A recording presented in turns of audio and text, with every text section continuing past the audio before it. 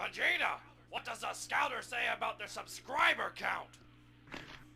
It's 9,010. Wait, so you mean... Yes, Nappa.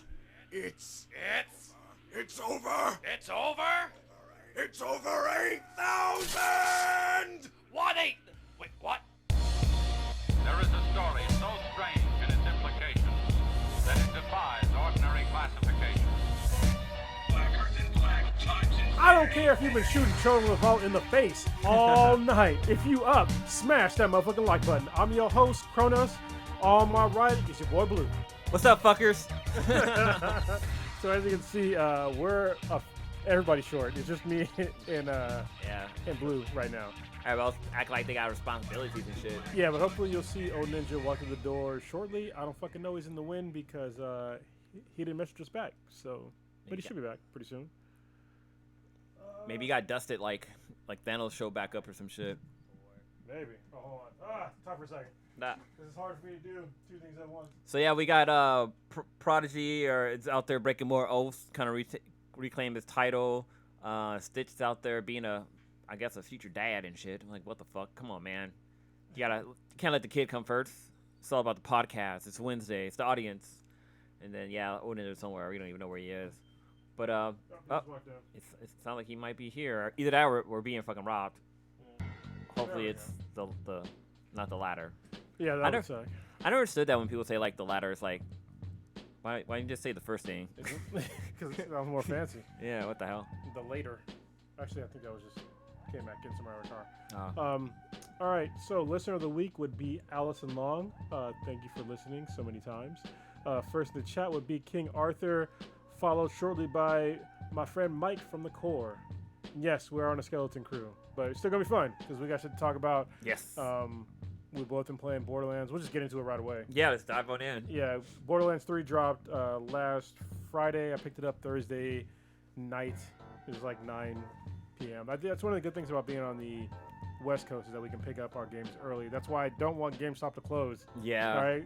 If they go under, that's it for 9 a.m. game or 9 p.m. game pickups. I gotta basically wait like at least 12 fucking hours to get the goddamn game now. Well, I like that they started doing that because before you used to have to wait until midnight, but I guess people on the East Coast started spoiling shit, and so I guess GameStop was like, hey, we're gonna release the games all at the same time. Yeah, basically makes total sense. Yeah, it totally does. And we love it. So you bought the Super Deluxe Edition. Anything special with that one? Yeah, I got a bunch of skins and shit. Basically, it came with the first, I think, 3 DLCs. Oh, okay. Because all their DLCs are always excellent. They're always they are involved. They have a bunch of new content. So for me, it was like a no-brainer. And it came with a bunch of extra shit. So I'm still getting like stuff in like the mailbox thing, which I'll explain in a little bit. That's like free that I got that I haven't redeemed yet. But yeah, would you get the normal edition? Yeah, I just got the normal edition. I got a house I'm paying for, so I couldn't spend the extra $30 to get the deluxe version. But what's cool is when I picked up the game at GameStop, I was like person number 2 in line, and so like they had the mask of the guy on there. So I was like, hey, can I have that? They're like, yeah, here you go. It's a mask of a psycho. Yeah. Yeah. Pretty fucking dope. I wonder if this makes me think of like the mask back when you were a kid, where you're like it fucking cut up your lips and shit. Or... yeah, it's a cheap Halloween mask. Yeah, actually it's pretty good quality. Yeah, not too bad. So what do you think about the game so far? Well, so for me, I'm only at level 8 because I haven't been playing that much, but I still it's a Borderlands game. It's definitely gonna be fun from the get-go. Right now I'm playing as Amara. The chick with the chick. Yeah, and she's pretty fucking dope. Like her powers are pretty fucking sick, and it's cool because you can switch between her skill trees, so like you don't have to just stick with one. And like so she has one where she projects her I guess I can't think what it's called. Well, look who it is on that extra CP time. Odin just walked up in the building. But she has the ability to throw, I guess astral project is what I'm gonna call it. She can actually project her energy or whatever forward to take out enemies. She can use a power move where she does like collateral damage or anything that's around her, and the other one is that you can use their powers as a shield, which makes her down there invincible for a moment in time, which is kind of fucking dope. But so far I'm loving it. Like the guns, like I'm on level 8 and there's some fucking crazy ass guns already, which is a whole lot of fun. And I just gave him a gun, so I didn't know this was even a feature in the game. until my boy Hobby. I was just going through like if you're playing Borderlands 3, there's like this whole social tab. If you pause the game, not hit the option button or whatever the select button is, whatever system you have, but it's like the pause button where like it brings up like resume and all that stuff and options. There's a social button that's on there that's like really important that nobody explained to me in the beginning of the game. Like, yeah, I thought that was even there. I thought it was for like posting shit on like social media or something like that. Like, oh, I'm gonna post a quick picture on my Facebook, my Instagram. No, it's like really important shit's in there. That's where your mailbox is. Your mailbox is like super important. So everybody should have. Almost everybody should have like something free in there, like gifts from the game creators. Oh shit, really? And, Damn. Yeah, and they're like good gear, like really good gear. But Hobby, he sent me over a shield that was fucking badass. I got to send him a thank you message on Facebook, but I didn't even know he sent it to me because it doesn't message you when they send you something. At least it didn't tell me.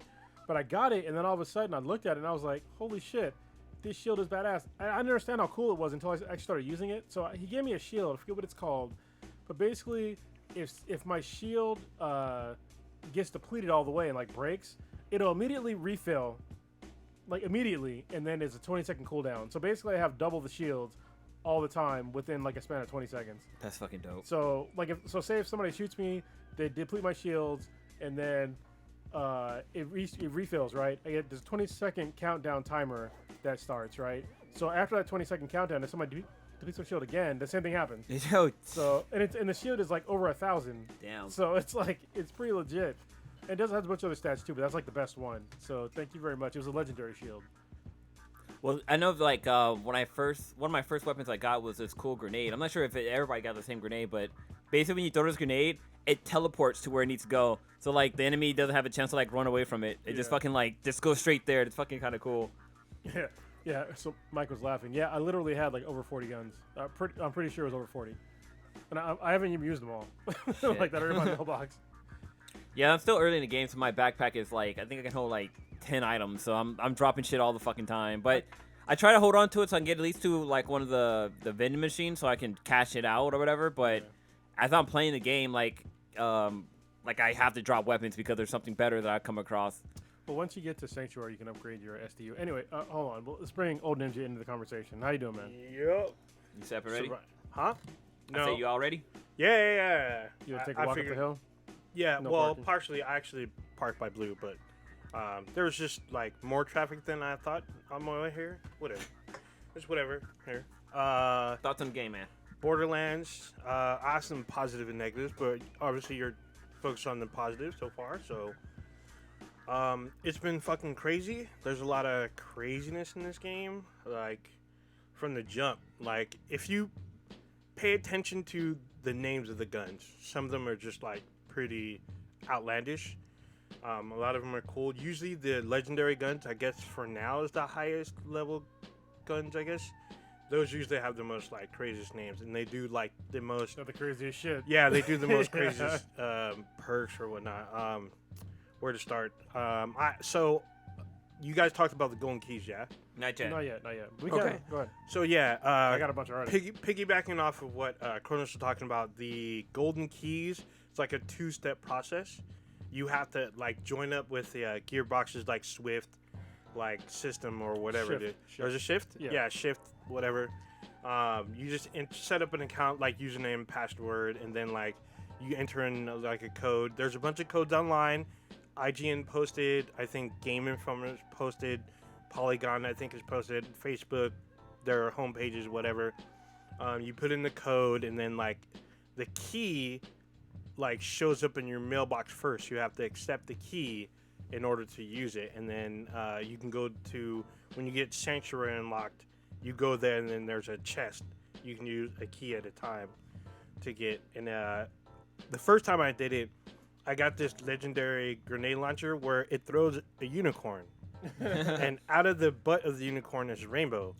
When the unicorn connects with someone, it explodes. The explosion is a powder of rainbow dust, and each color of the rainbow fragments into smaller grenades that it blows up again.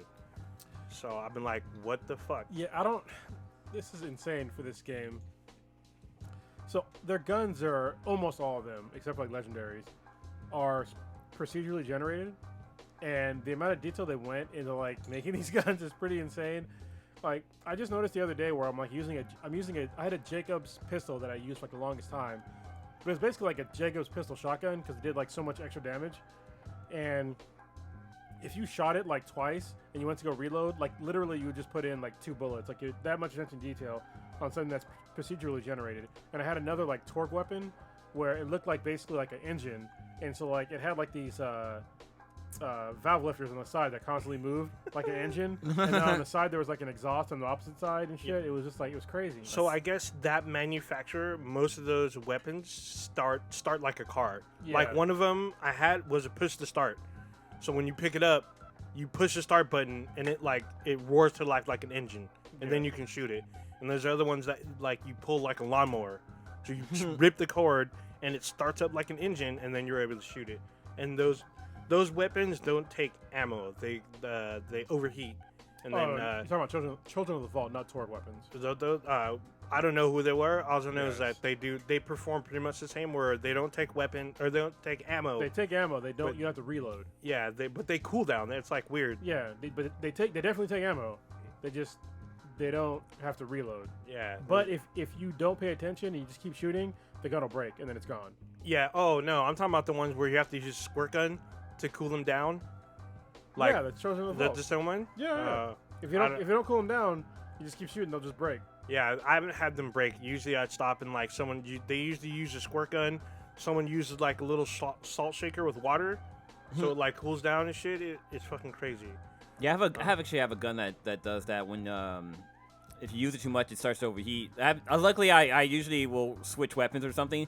But the one gun I'm using right now, it's dope. When you look down the sight, it's a SMG, and yeah, when you look down the sight, anything that's in that range, the bullets will fucking go straight to them. Like even if they're like run out of the range, it'll still chase after them. I think you're talking about an Atlas gun, right? Yeah, I think it might be that. Yeah. But what's also cool is it has like a crazy reload. Like all your character does is hit a button, and all of a sudden the gun reloads.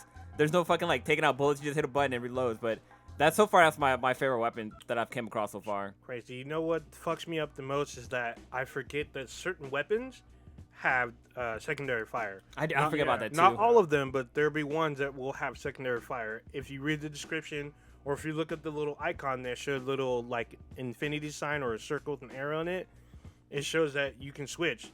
And like it'll show that some of them will switch elementals.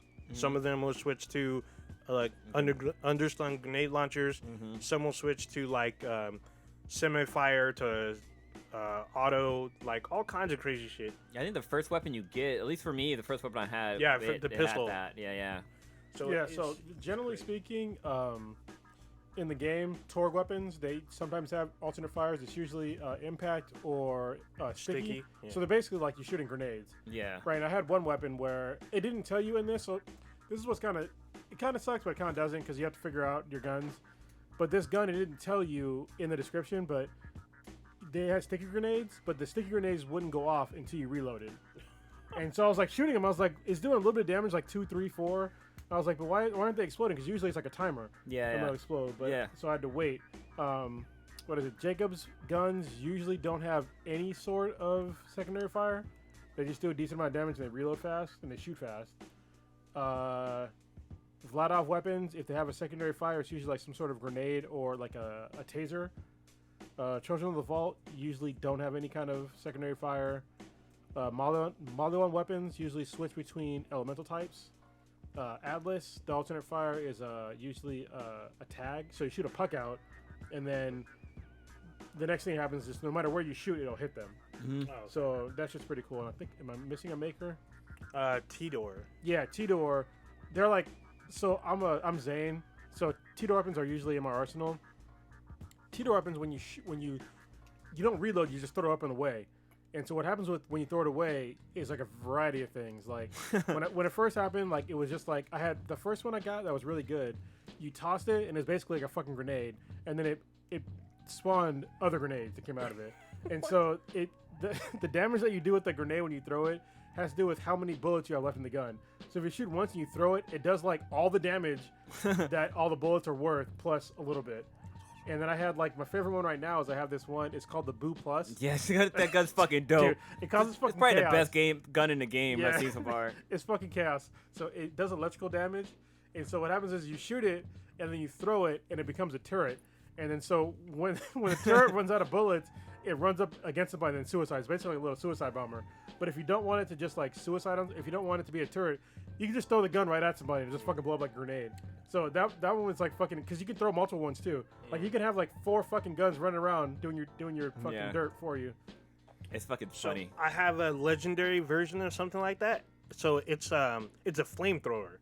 I didn't know it was a flamethrower until I used it. It's like a level. It's a level 12, but it's a flamethrower and it does exactly what Kronos is saying. If I throw it at someone, it automatically explodes. Well, and if I throw it out, it becomes a turret. It becomes a flame turret. When it becomes low, it'll chase someone and then jump on them and explode. Dude, it's so funny watching it like happen. Like the first time it happened, I was like, "Oh, it's a turret," and then all of a sudden it started running at him. I was like, "Oh shit, this is fucking dope!"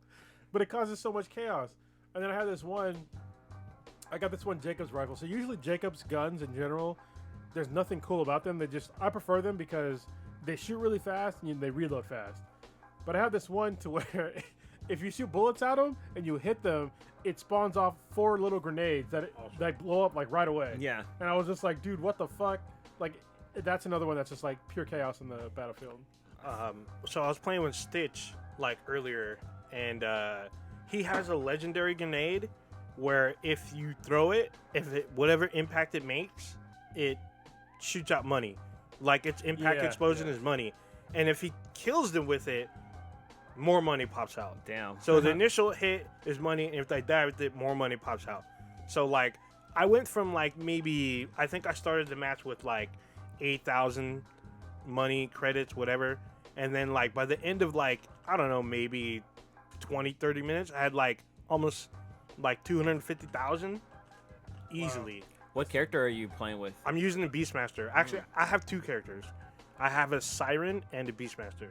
So my Siren's level 12, and my Beastmaster's 28, I think? 27, 28? Something like that. I almost did the Beastmaster, but the reason why I probably should have, but I'm getting used to Zane now. Like I've already spec'd like the way I wanted to do now, so I'm glad that I went with him.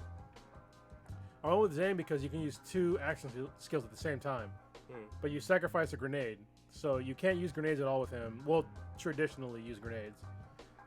Because there's like the button they use for grenades is like what, L1 I think, or R1. Yeah, but in this one, my R1 is now my other action skill.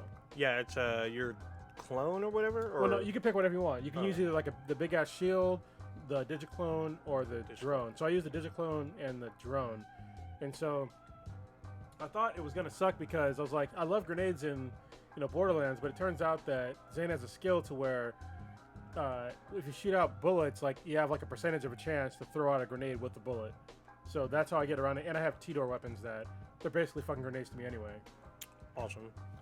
Yeah, the Beastmaster is way different than I anticipated because each skill tree has like a beast associated to it, but you don't have to use that beast. You can switch them out. So you have 3 beasts. There's a Skag, I call it a Goku monkey.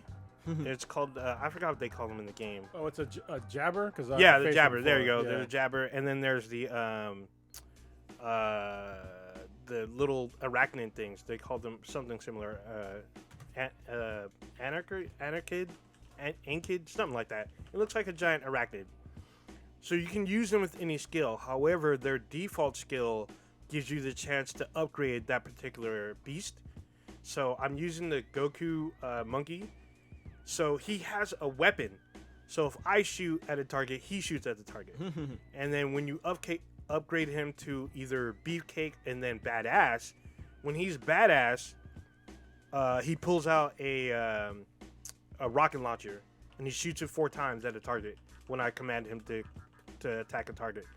Also, you can upgrade your beast to revive you. So if you go down, your beast will come to you and revive you.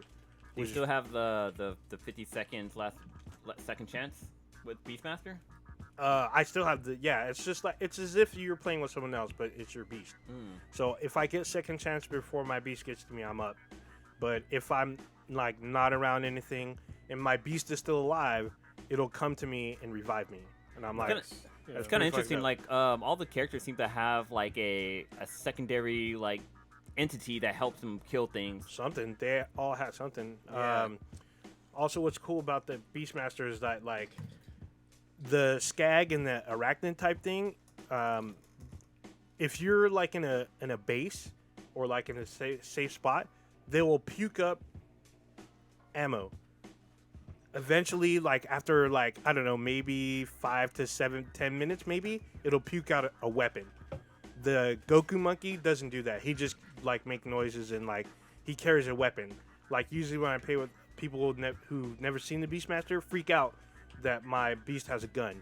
Because if he's the beefcake, he has a shotgun. He has like a double barrel shotgun, and then if you command him to attack someone, he pulls out a giant bat, and he will knock them all like fucking clear across the map.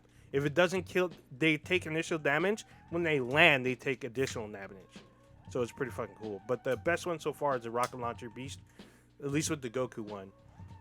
The Skag is pretty cool because he can puke out corrosive, but he can surround himself if you upgrade him. He can surround himself in a radiation shield, so anything that gets close gets radiation damage. Now, can they take damage themselves? Like, Oh yeah, they can die. Off? Okay. If they get killed off, they respawn in exactly 60 seconds. So which can be bad because especially if you need them to attack or revive you and you're like by yourself or whatnot, you can be fucked. So that's pretty cool. So I guess Mike is in the chat and he doesn't use the 2 skill trees like I do. So you have the choice to, if you're a Zane, to use just 1 skill tree and you have a grenade. But the reason why I use 2 is because you have access to like so much more shit with his skills. So he has skills that are like really advantageous if you're a solo player, like I am. But I think the Beastmaster is probably still better if you're a solo player because when I die, like if there's anybody that revive me, like I'm fucked. Like I have to kill somebody or my drones have to kill somebody. But his kill skills are very advantageous. So I have, and they play off each other. So I'm using like both the Digiclone and the drone. And so on the drone one, I have a kill skill to where it's called the vampire effect. And so if I shoot somebody, and I kill them, like I have a vampire effect for the next like 15 seconds after the kill. So you can, as long as you keep killing, this keeps happening.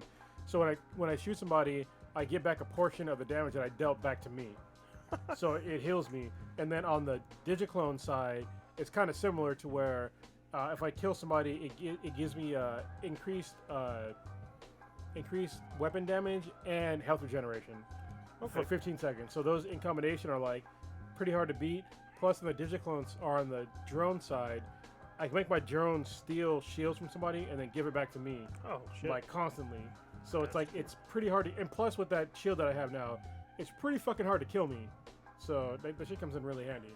Well, so your drone can't revive you, or do you have to unlock it? It can't revive me, but it can kill for me. Oh, okay, and yeah. So like right now, my drone, because I had it before where it was like cryo damage and radiation damage. Right now, it's radiation damage and stealing shields. That's cool. So and then Digiclone, it has like a really cool like kind of lifesaver ability to where if you put the Digiclone down, he stands still, which kind of sucks. But if you're running around and all of a sudden you're getting shot the fuck up, like I have 2 skills that are like really cool where if I press down both action skill buttons at the same time, me and the clone will switch positions, and then when we switch, I'll instantly kick off like regenerating my shields, and both the drone and me will give a Nova bomb for cryo damage. That's awesome. So yeah, it's pretty cool. Yeah, so it's funny that I just picked up a class mod that does like a vampire effect for the Beastmaster. So I have to kill them, and then for the next like 15 to 20 seconds, the next enemies I shoot at, I've leech off their life. So it goes to me like a certain like bit of it comes to me. I don't know if it's the damage that comes to me, or if it's just a percentage for a certain amount of time. But it only lasts for like 20 seconds. It's still pretty dope though. I just got it like literally like before I come into the cast. So I haven't had a chance to use it yet, but it looks like super.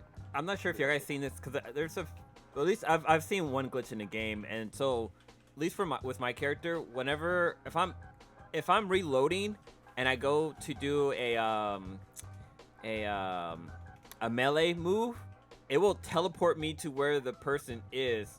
So say like the person's like hiding behind a cover, and if I'm running back and reloading, and say like I go to do a melee move, I would actually jump forward to where that character is, and like I'll start like meleeing them or whatever. That might be like a perk. Yeah, it might be a perk. Yeah. But it doesn't. Doesn't do it all the time. Yeah, it doesn't do it all the time. So I'm not sure if it's a glitch or not, but So it works out for me. I've run into a lot of glitches. I ran into a few too. Yeah, I so just haven't mentioned because of a glitch. ooh, I run into like Stitch and I. We were playing. There's like a version of what's the Moxie Arena Yeah. from the other ones. So there, it's like you get five rounds with 4 waves. We got to the very last wave, and the very last round, very last wave, there's like a creature that doesn't come out, and it's stuck on the map, and it's underneath a pile of like corrosive, and we couldn't kill it. Like grenades, animals, nothing could get it out. So we had to like restart, and it restarts the wave. The wave itself took us like 30 minutes just to get through, because it was like crazy. Also, I ran into there's a mission with Moxie, the Kilovault. The second time I played it, you're supposed to give Moxie a device. Well, she never gave it back. She was still like messing with it for like at least 6 minutes. And so we were like, well, we don't want to restart this. Like, how do we do this? So we had the host of the game like fast travel out and then come back, and then that fixed the problem. I've also had the problem of certain guns not reloading. So I've had guns where the animation to reload snaps it back, and the gun isn't reloaded. So it starts the animation but doesn't finish and snaps back. So I'm stuck with the gun with ammo that doesn't reload. It's happened like a couple of times. And then frame rate drops. I've run into problems where like the game slowed down like control style, where like there's like a good amount of stuff going on, but not even crazy stuff, but like the game frame rate dropped so much that like I thought I was gonna get kicked from the game. So I've run into those issues so far. So I haven't had frame rate drops hardly. Well, I have a PS4 Pro. That's probably why. Probably. Like I haven't had any real frame drops. I just had one where there's been a couple glitches. One was like in the middle of a mission where I had to press a button, and the press a button icon never showed up. I've had that happen. So I literally had to exit out and then come back. But luckily it put me back to where I had to go back to the same part, but it was just to like the point where I had to press the same button and then it worked. Ooh. Yeah, but that was like super annoying. There's a mission where you have to kill. I call them juniors. Not Kiwasawa. The noobs? No. The knobs? What do they call him? No, he's a rival corporation. Oh, Katagawa, CEO. yeah. Yeah, that guy.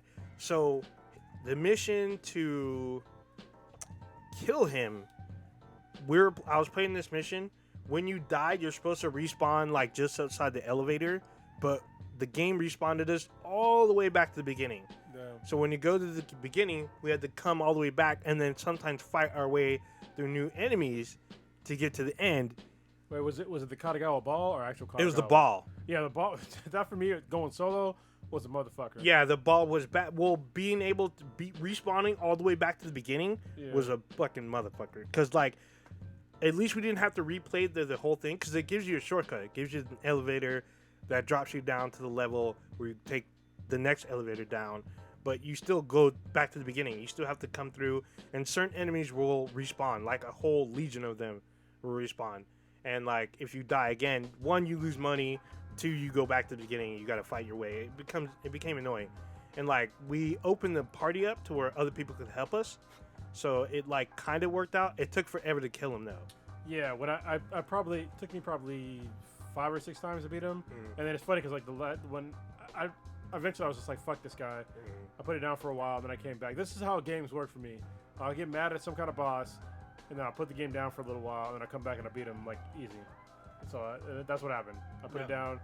Well, then I came back the next day and I beat him easy. No, we kept going. We're like, no, we're so close. What was fucked up even more is when we came back to the boss, his shields regenerated and the armor we burned off would come all the way back to 100%. So it'd be like we'd have to fight him from the start all over again, just because we got respawned. I don't know how we did it, but we managed to fucking kill him. because we managed to like get each other up and shit.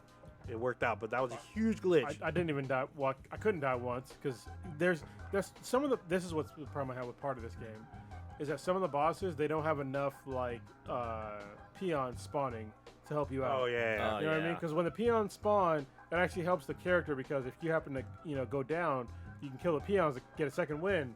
But like with the Katagawa ball, there's like maybe 2 peons. You never see them. Mm-hmm. And same thing with like Kilovolt. Well, like when I first faced Kilovolt, I couldn't even get his fucking shield on all the way. So there was like no peons at all. Oh yeah, you have to go to the next like round, and then they drop in. And the next the when I quit, and then I came back a couple levels higher, and I came back and I just fucked him up. Yeah, I had help beating him. So far this game, I have not played solo. There's been so many people that are like, hey, let's smash, let's squad up, let's do this. Like especially with Hobby B-Boy Frost, he's all like, hey, I can give you stuff. I have this. Let's just go. I don't care where you are in your story. We're gonna link up. I'm like, okay. So we do that, and he'll just like drop a bunch of stuff. He'll show me stuff that I didn't know about.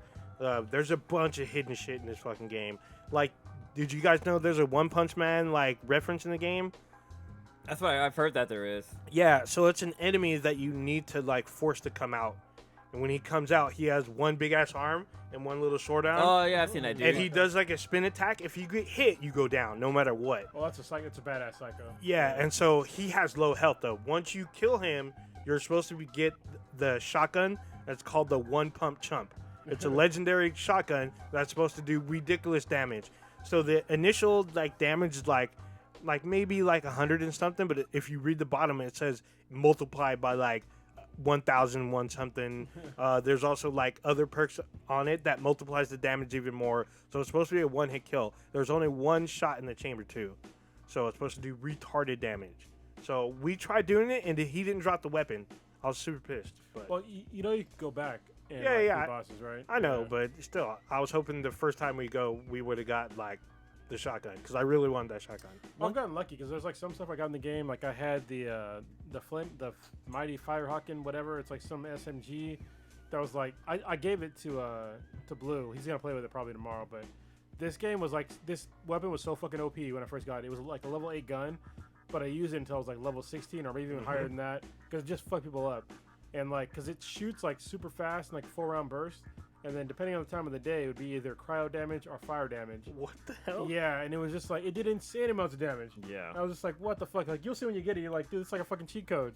Well, when you showed it off to me, it was like, basically if you're shooting at a wall, you could probably like perfectly cut out a hole with the Yeah. fucking bullets because it goes so fucking fast. It's almost like a printer or something where you just shoot fucking bullets. It's fucking cool. And it's crazy accurate. So what's fucking me up so far? Sounds like you guys have already done it, but I have yet to pick up a cryo weapon or cryo shields or whatever. What level are you? 27, 28 around there. Shit, you definitely should. I haven't seen him. So got a I was bunch. playing with Stitch. He had like he had a fucking cryo weapon. He was freezing shit left and right. I was like, what the fuck did you get this? He's Yeah. always a random drop. I'm all, this is some bullshit. I've So, got like radiation weapons too. Those I've- Yeah, I've had. I have a radiation. legendary radiation, which is dope, but still. Oh yeah,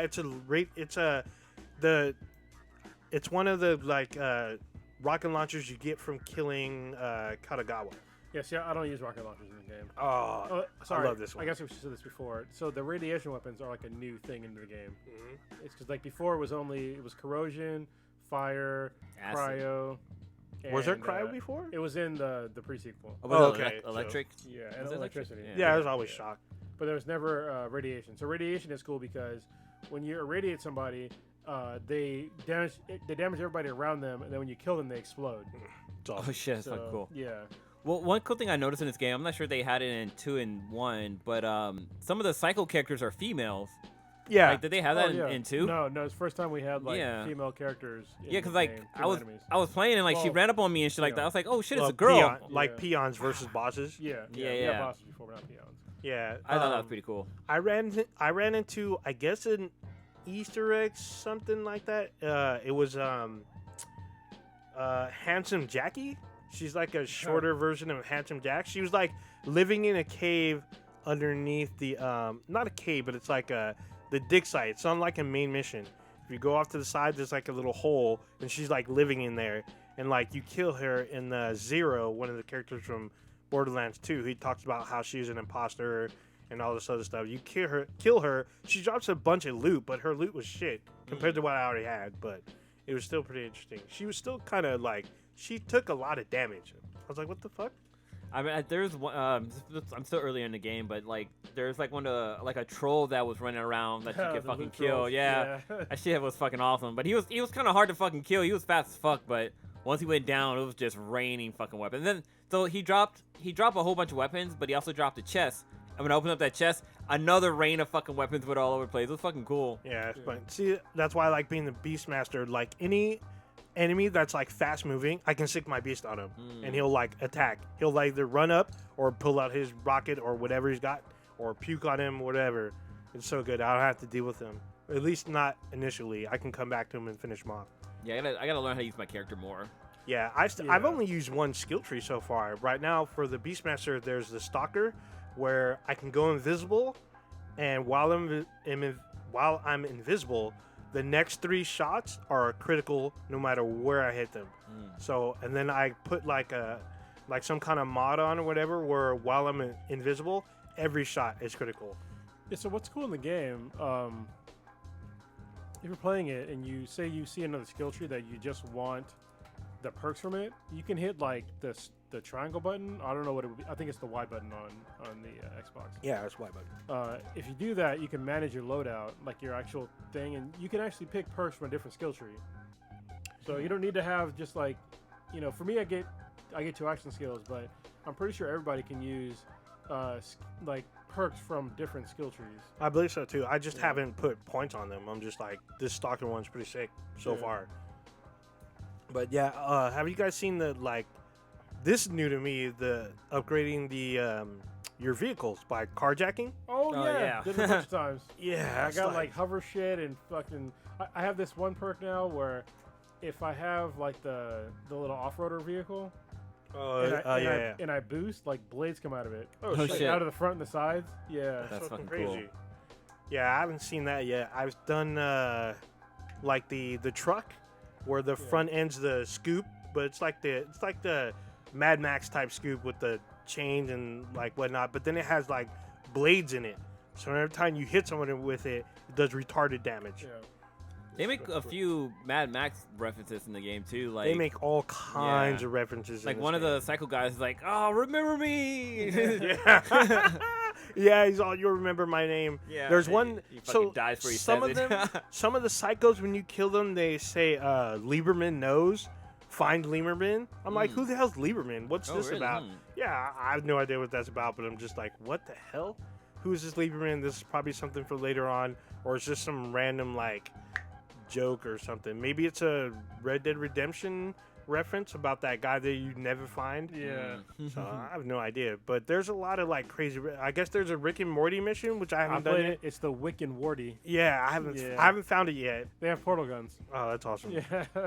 There's just like all kinds of crazy stuff. Like this game will have you like question all kinds of stuff, like the Moxie. What the Kilovolt mission, right? You're playing and Moxie's like coordinating you on how to like beat him and her story with this villain. And there's a part where he says like her favorite position is being on top, and then she tells you, no, it's not, but that's the only way I could get off with him. I was like, what the fuck?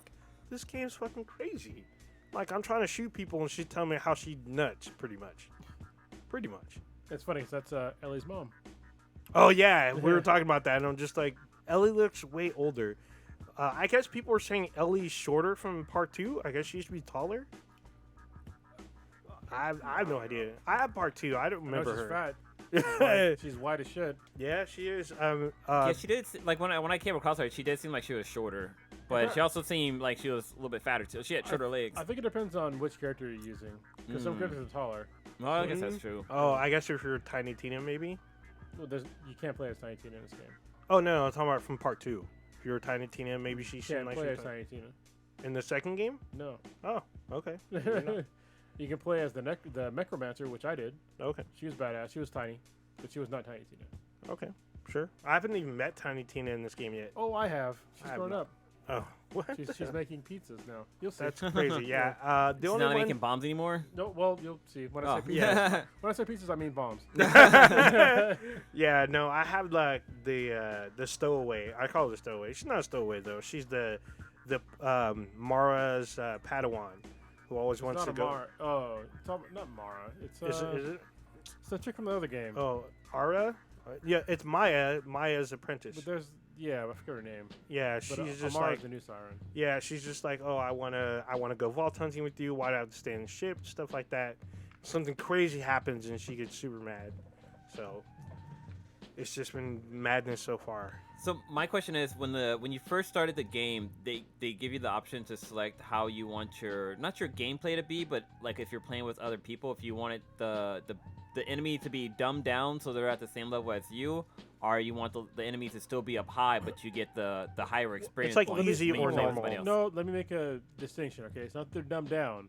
It's that they're at your level. Yeah. Okay, that's a big distinction. So if say if I play with Blue right now, he's like a level 8. I'm a level fucking 26. So we played the game in the previous games. We played the same game. Like a single shot from any character, if he joined my game, would kill him. Vice versa, if I joined his game, a single shot from me would kill all of them. So in this one, they make it so we do basically the same amount of damage towards the same characters, and they have what's called instant loot. So what that means is that if loot is dropped, we all see that there's loot dropped, but I can't steal it from you.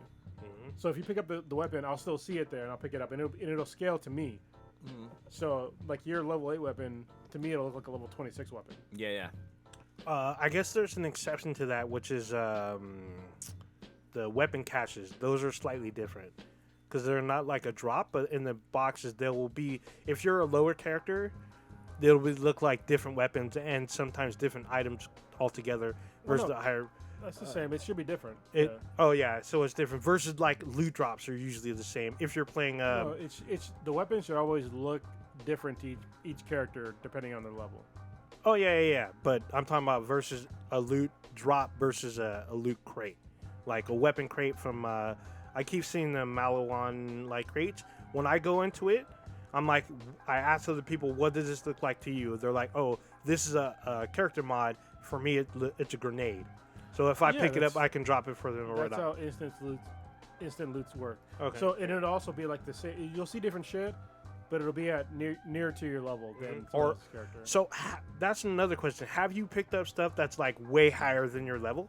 Not like maybe a level or two. Yeah. See, same I here. picked up stuff. I don't know how this happened, but I picked up stuff that was like 4 to 10 levels higher than me. That's And I crazy. picked up like eight weapons that way. Like when I was level 18, I was picking up level 26 weapons. Like That 26, happened to me, 24, 25. I was like, what the hell? It sucked because they seemed cool at that time I was at that level. Once I reached that level, I'm getting other stuff that's better than the shit I got before. So I ended up selling it. I'm like, this is shit. I thought it'd be cool. Gotta give it away, man. I Give sell it away. I'm gonna stop. Give it away now. I'm gonna stop selling shit, and I'm gonna start giving shit away to people, because I didn't notice until like Hobby showed me. He didn't show it to me; he just gave me something. I was like, "Oh, you can trade," and so I that's why I gave Blue like basically the best gun I had in the game. So, And- oh, go ahead. no, and like that's what I do from now on. I'll just save him until I can give him away. I'll just find somebody that's near that level, and then just give it to him in the mailbox. So I guess there's 2 ways to do it. The one is the mail system, but then you can do it in game. You can Oh, just drop it or. no, you Hand can it off. drop it, but you can also walk up to a character and it says you can trade or view their profile. When you go to trade, you can look at their inventory and select what you want. You request it, or you can do a give. You can. It's not called give. It's called like a send and receive. There you go. You can send something to someone. They have to accept it to receive it. It's a little wonky, but it's there. And then I guess it's a little. It's easy to miss, but if you have stuff in your mailbox, there's like a little like you have mail like icon on the top right. It's really small, but it'll show you that you have mail. What I also found out is if each manufacturer has like a challenge, if you complete that challenge, you will get a specialized weapon in your mailbox. That's how you get it. And I have a bunch from everybody. Yeah, so it will tell you that you received the reward, and it's been dropped for you.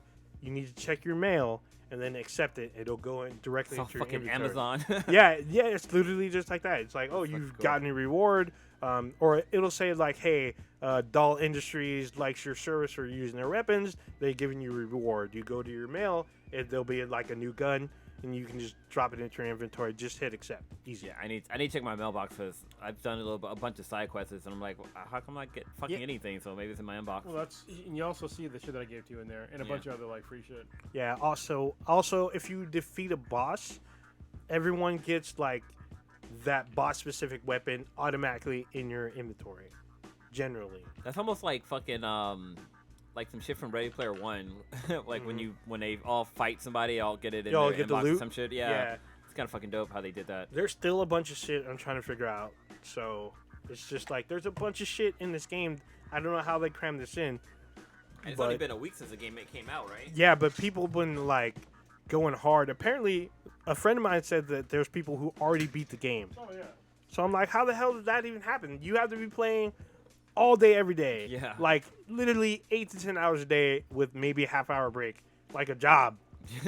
Well, I know that what's the level cap's at 50, right? I guess for now. Yeah, I It wonder ain't if gonna they stay will. at 50. Yeah, because I've seen some people are like at 35, 40, I 17, and 50s yet. but I'm almost people are level up there. 30. I'm almost Yeah. level 30. I know Kronos is almost level 30. If he's not 30 already, there's just so much shit. It's just crazy. Like, Do you mainly stick to the main story, or do you do side missions? And so stuff when too? I play with Hobby, he focuses on playing the main stories with other people. When he's by himself, he does the side missions, and then if I'll tell him like, hey, let's link up. He'd be like, oh, I'm doing this side mission. Jump in with me, or I'll jump in with your game when I finish, or jump in with me. We'll finish these side missions until everyone shows up. When everyone shows up, then we'll do main missions. I'm like, oh, good. That works out for me. That's pretty cool. But you have to be careful. Some side missions turn out to be like fucking. They feel like main missions. yeah. Like Kill a Vault is not a main mission. He's a side mission. So Yeah, I was like, what the fuck? I just completed the one where you have to kill the. Oh god, I can't think of it. The guy who was talking about the other dude's food and shit like that. We had to like go. Like he gave you like this meat sucking gun or something like that. That was like. Oh, is that the Great Suck?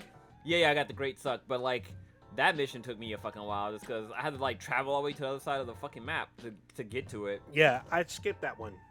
There's a side mission. We skipped that. We left Pandora real quick. We did like. So the first time I played with the group, we did one side mission. Everything else is main. We ended up leaving the planet. Second time I played through, because I was playing with my Siren, we did this side mission I didn't even know about. It was like crazy. So basically, what happened is this girl was playing VR. She was into it so much that she didn't know that the company that she's playing VR with stole her body. So they cut off her head, put her head in a jar, and made her think that she was in VR. So yeah, I came across that character because the guy in his underwear was like, oh yeah, I know that person, like such and such or whatever. Yeah, so I you guess have that's who you're talking so about. the mission you have to go save her from VR space. Oh. So shit. you have to go into VR, let her know that she's stuck because she goes a little crazy and doesn't know what's real. When you get her out, you pull out her VR body when she was in it, and then she has to collect her head. Shit. So there's a way for her to pull her. There's a technology to put her VR body into the real world. That's the mission. And then in the mission, she has to go grab her own head. So she's able to telemically talk to her head, and her head are like they don't argue, but they're like twinsies type thing. So they're like getting to know each other, even if it's a little weird. They even say it's weird. I'm like, this is fucking crazy. That's like Black Mirror with Miley Cyrus, where she has Oh, her yeah. body and she has that little fucking doll thing that's her too. Just like that. It's Yeah. almost just like that, except they do the reverse. They pull like her body from VR space into the real world. It was fucking crazy. And I'm assuming that she helps out maybe later, but I haven't come back to Pandora. I'm like 4 planets in. Yeah, you're playing on Xbox, right? No, I'm playing on the PS4. Oh, okay. Because Prodigy kept crying. Is it cross-platform Borderlands 3 or no? Not that I know of, no. Oh, okay. So, but I mean, it's on all platforms except for the Switch for now. I won't be surprised if it comes to the Switch like later. Well, the graphics aren't that like amazing. Where I'm pretty sure No. the Switch probably could handle it. Yeah, the cell shaded Yeah, like but graphics. as But far they're- as like having all the fucking guns, I'm not sure if they're. Yeah, they so can it's process all not that it's shit. not just the guns, but there's also the scope of the game. Because like the Switch uses the those little like SD cards. Yeah. Like I know there's ones that are 32 gigs, which is the equivalent, or I think that's the equivalent of a Blu-ray. Is Blu-ray 32 or 64? It's I mean, more or less. Yeah, so Depends on layers. so then if they have that, then they can put the game on there. But we'll see. I mean, I guess they can do it to where it's download only. You can put more shit on the SD card than you can on Blu-ray. What was that? You can put more shit on the SD card than you can on Blu-ray. Oh, well there you go. So that it could probably come to the Switch. Yeah. Maybe like in December. Maybe what? So what One thing I wanted to talk about. So if I'm not sure anybody else knows, I'm pretty sure other people know this, but when you look at the cover of the game, there's like little roses on here, but the roses have like characters' faces on it. It has like characters from the previous games on here, really? which I thought was cool. During the game. Yeah, Oh, they're they're in the game. Okay, Yeah. that makes sense. You'll run into them when you go off of Pandora. Oh, okay, Well, yeah. I'm still in the fucking first one, Pandora. you meet Lilith. She's the first one, but Yeah, everyone yeah. else is still in the game. But Yeah, I met Lita and not Moxie, the girl with the vehicles, the catch a ride chick. Ellie. Really? Catch a ride. Yeah, she even talks about her love Scooter, which is her brother, which is weird. Her cousin, I thought, right? I thought that was her brother. Is it her brother? Could be cousins. Either way, it's still nasty. Nasty. Fucking rednecks, man. So what I didn't know, which I just found out, is that Get your catch a ride. I got the Super Deluxe edition, so which gives me all the DLC. But apparently, there's a raid coming to the game, and the raid will be released in a few months. So where everyone should be like at level 50 and whatever.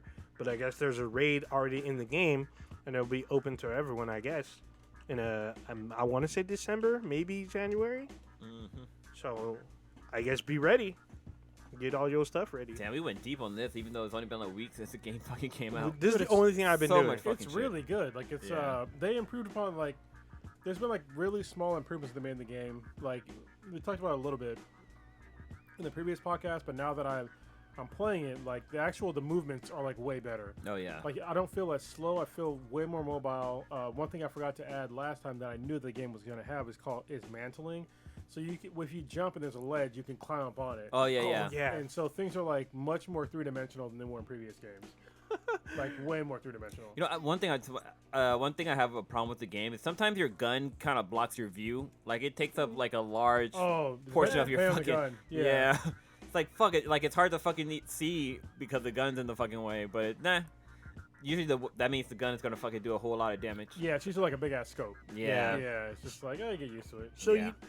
another thing that I keep forgetting in the game is you can do like a ground pound. Oh yeah. Yeah. I keep forgetting that you can do that. You're not fucking the ground. No. No, you have to be at a certain height, and when you Yeah. come down, you slam down on the ground, doing an area like splash effect. It's barely higher than what you can normally jump. Yeah. Barely higher. But it helps if you climb above something and then do it. But still, I keep forgetting you can fucking do it. You can take out a whole crowd, or at least knock back a crowd to give yourself a little breathing room, and then wipe them out. Yeah. I've only done it once when I had to open up the like a vault or whatever, but I haven't had to use it on any enemies yet. We talked about this last week again, still going on with Borderlands, but the game is ridiculously funny. Like, there's so much craziness going on in the game. So, playing as the Beastmaster, right? He has one scripted line where if I command my beast to attack someone, the Beastmaster will say that person was talking shit, which will send your fucking creature after it. And then, like, the enemies talk shit to when they die. Yeah. There's like, what the fuck? What did he just fucking say? I was like, what the fuck? Also, like, the mixtape culture is all in this game. Like, at Doctors, least, yeah. at least 4 people have asked me if I want their mixtape. The Doctor's one, Claptrap was another. I think there's one other character on Pandora talking about a mixtape. I was like, are you fucking serious right now? Like, everyone's got a mixtape. Everyone's trying to sell you on a mixtape. That's fucking funny. It is fucking crazy. If you play the Kilovolt mission, there's this weird, like, incestual lesbian like mission where this one crazy chick is like Oh. her girlfriend got arrested, but they're like cousins or some shit like that. Yeah, and they're trying to get married, but the girlfriend you're trying to rescue her, you have to kill her, and then things go crazy when you come back. It's real crazy. So another thing about Borderlands that we haven't talked about yet, we talked about the great DLC, but there's also within those great DLCs they also add in normally extra characters in the game. Oh yeah. So the previous game there was 2 characters that were added in the game, and one of them was the Necromancer, who I used, and that was like my favorite character to use of like throughout all the Borderlands games. And they also had a Psycho they added in that you could be. Yeah, that was pretty awesome. You know what's funny is that I noticed in this game, it's a 55 gig minimum install. Yeah, I don't remember seeing anybody complain about that. Yeah, the game loaded pretty quick. We used to complain about this shit all the time, like Yeah, how but big games were, but I think it's just the norm now. it is because you got to remember, like most games now, I think 50 gigs is minimum now. Well, yeah, I mean, we're just used to it. Things are using more and more storage, but we have storage. Yeah. Was there any updates when you There first was installed the one. game? There was one for me. But it was pretty short though, right? Yeah. Yeah, it didn't take long. I had one update day one. Shit, I think the smallest install in the game was 37 gigs. Yeah, I mean it's. And even then, it had an update of like 20 gigs. So if you're let's see, pull it out now. If you have a PS4, Is that? or you have, I think on the Xbox you can do it as well. I think the Xbox actually did it before. The Xbox One did it before. The PlayStation did. This is just an external hard drive. You can just hook it up to your shit. A normal, shit, it's running right now. Actually, I can feel it because it's like all You weird. feel spinning? Yeah, you can feel like the gravity's all off. Grab one of those, like 4 terabytes or whatever, and just plug it in and just make it your extended storage, and then you're good. And they're super fucking cheap right now. Yeah, That one probably cost like $80. Yeah, for real. It's not like. I mean, you can do the internal one. Like, I was going to upgrade my internal drive, but I got the one that was like, I think it was 6 terabytes, and it was a little too tall. Because there's like 2 different sizes of like height. Oh, yeah, So yeah. just grab an external. I don't see any noticeable slowdown or anything like that from having an external drive. Yep. This shit's great. So I guess a side tip: don't buy the official drives. No, No. there's Yeah, I mean, don't get me wrong. They're partnered with like Seagate, Western Digital, somebody else. It'll say like Sony on it, but there's like 150, 220 bucks. You can literally get the same manufactured drive solo at like your local store for like I got a 4 terabyte drive for 80 bucks. Listen, Works fine. those drives that they say that they're like the OEM drives or Nope. the whatever like official drives, they sell the same exact drives for like way cheap. Like, I'm coming from the data storage world. I know this for a fact. They're just stamping a name, PlayStation or Xbox or whatever fuck on there. Yep. But they're the same exact. The internals of them are the same exact thing. Same thing. So Like- don't even fucking bother. So when you go to GameStop and they try to sell you on one, just be like, I'm good. Just go to like, if you can find one at Target. If there's a Fry's near you, that's your best bet. So right now on Amazon, Or Amazon, there you go. you can get a Seagate backup external hard drive, 5 terabytes for $100, but it also comes with 2 months of Adobe Photoshop. Oh, there you go. Or no, Adobe CC Photography, which is Photoshop and Lightroom. Yeah, and it's so easy. You literally just plug it in. It's like, hey, I found something new. Make an external hard drive. Yeah. And you just tell it to like put all your games on there, and you're good to go. I think they both even give you the option to partition to where you can put your games and other stuff on it. If not, you can make it for gaming only. So it's up to you. On the PlayStation, it doesn't give you like the option of games or other stuff. It's just Really? just put your games on here. Oh, so on the What other Xbox it does. It lets you partition. Oh, I don't put other shit. Well, I mean, yeah, but most of the time, I'm assuming most people are just gonna be like, I need this for games only. because that's what it's for.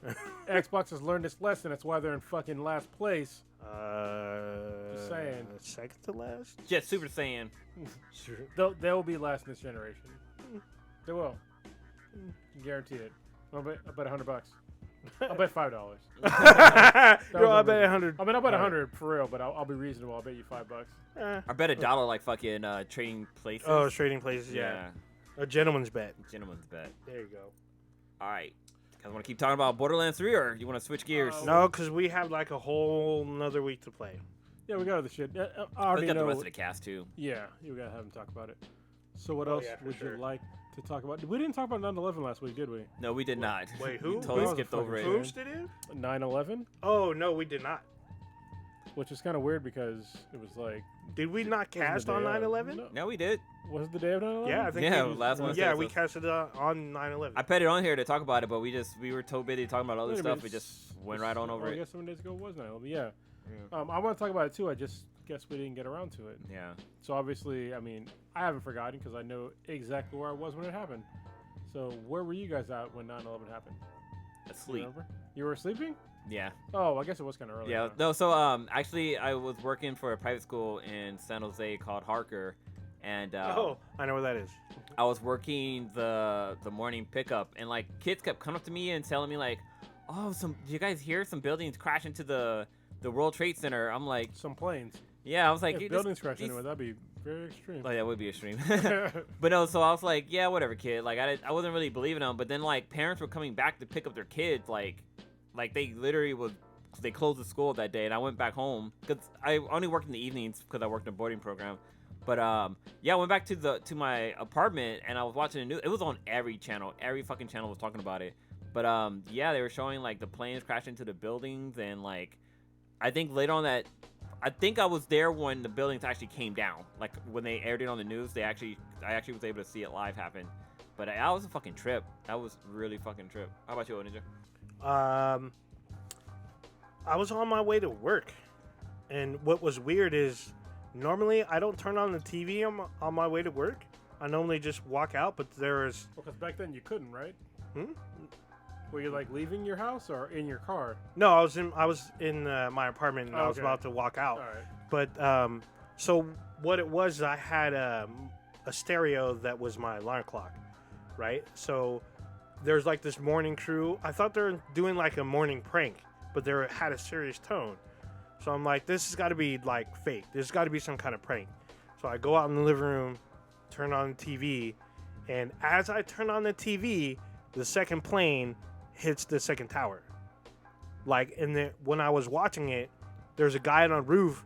He has like I think the right tower or left tower from his position was already smoking, and like as soon as I flipped it on, you see this second plane just boom hit the side. This big crackle explosion. The guy stops his broadcast and like looks over. Then they cut, and then like every channel had it.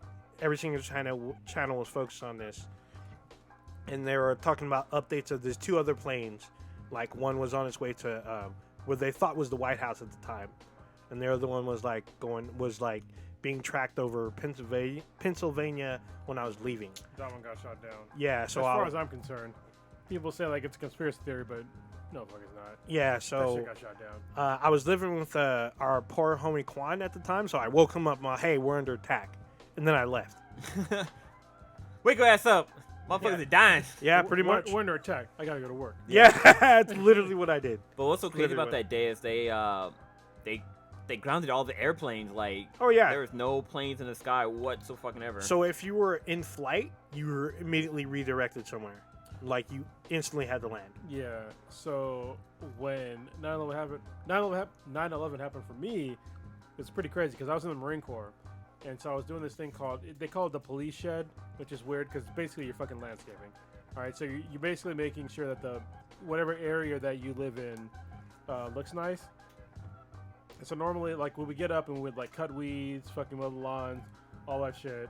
And so I was doing that, and right before I was getting ready to like mow some shit, I remember I heard somebody say, "Hey, some plane flew into a building," and I was like, "That's fucking random."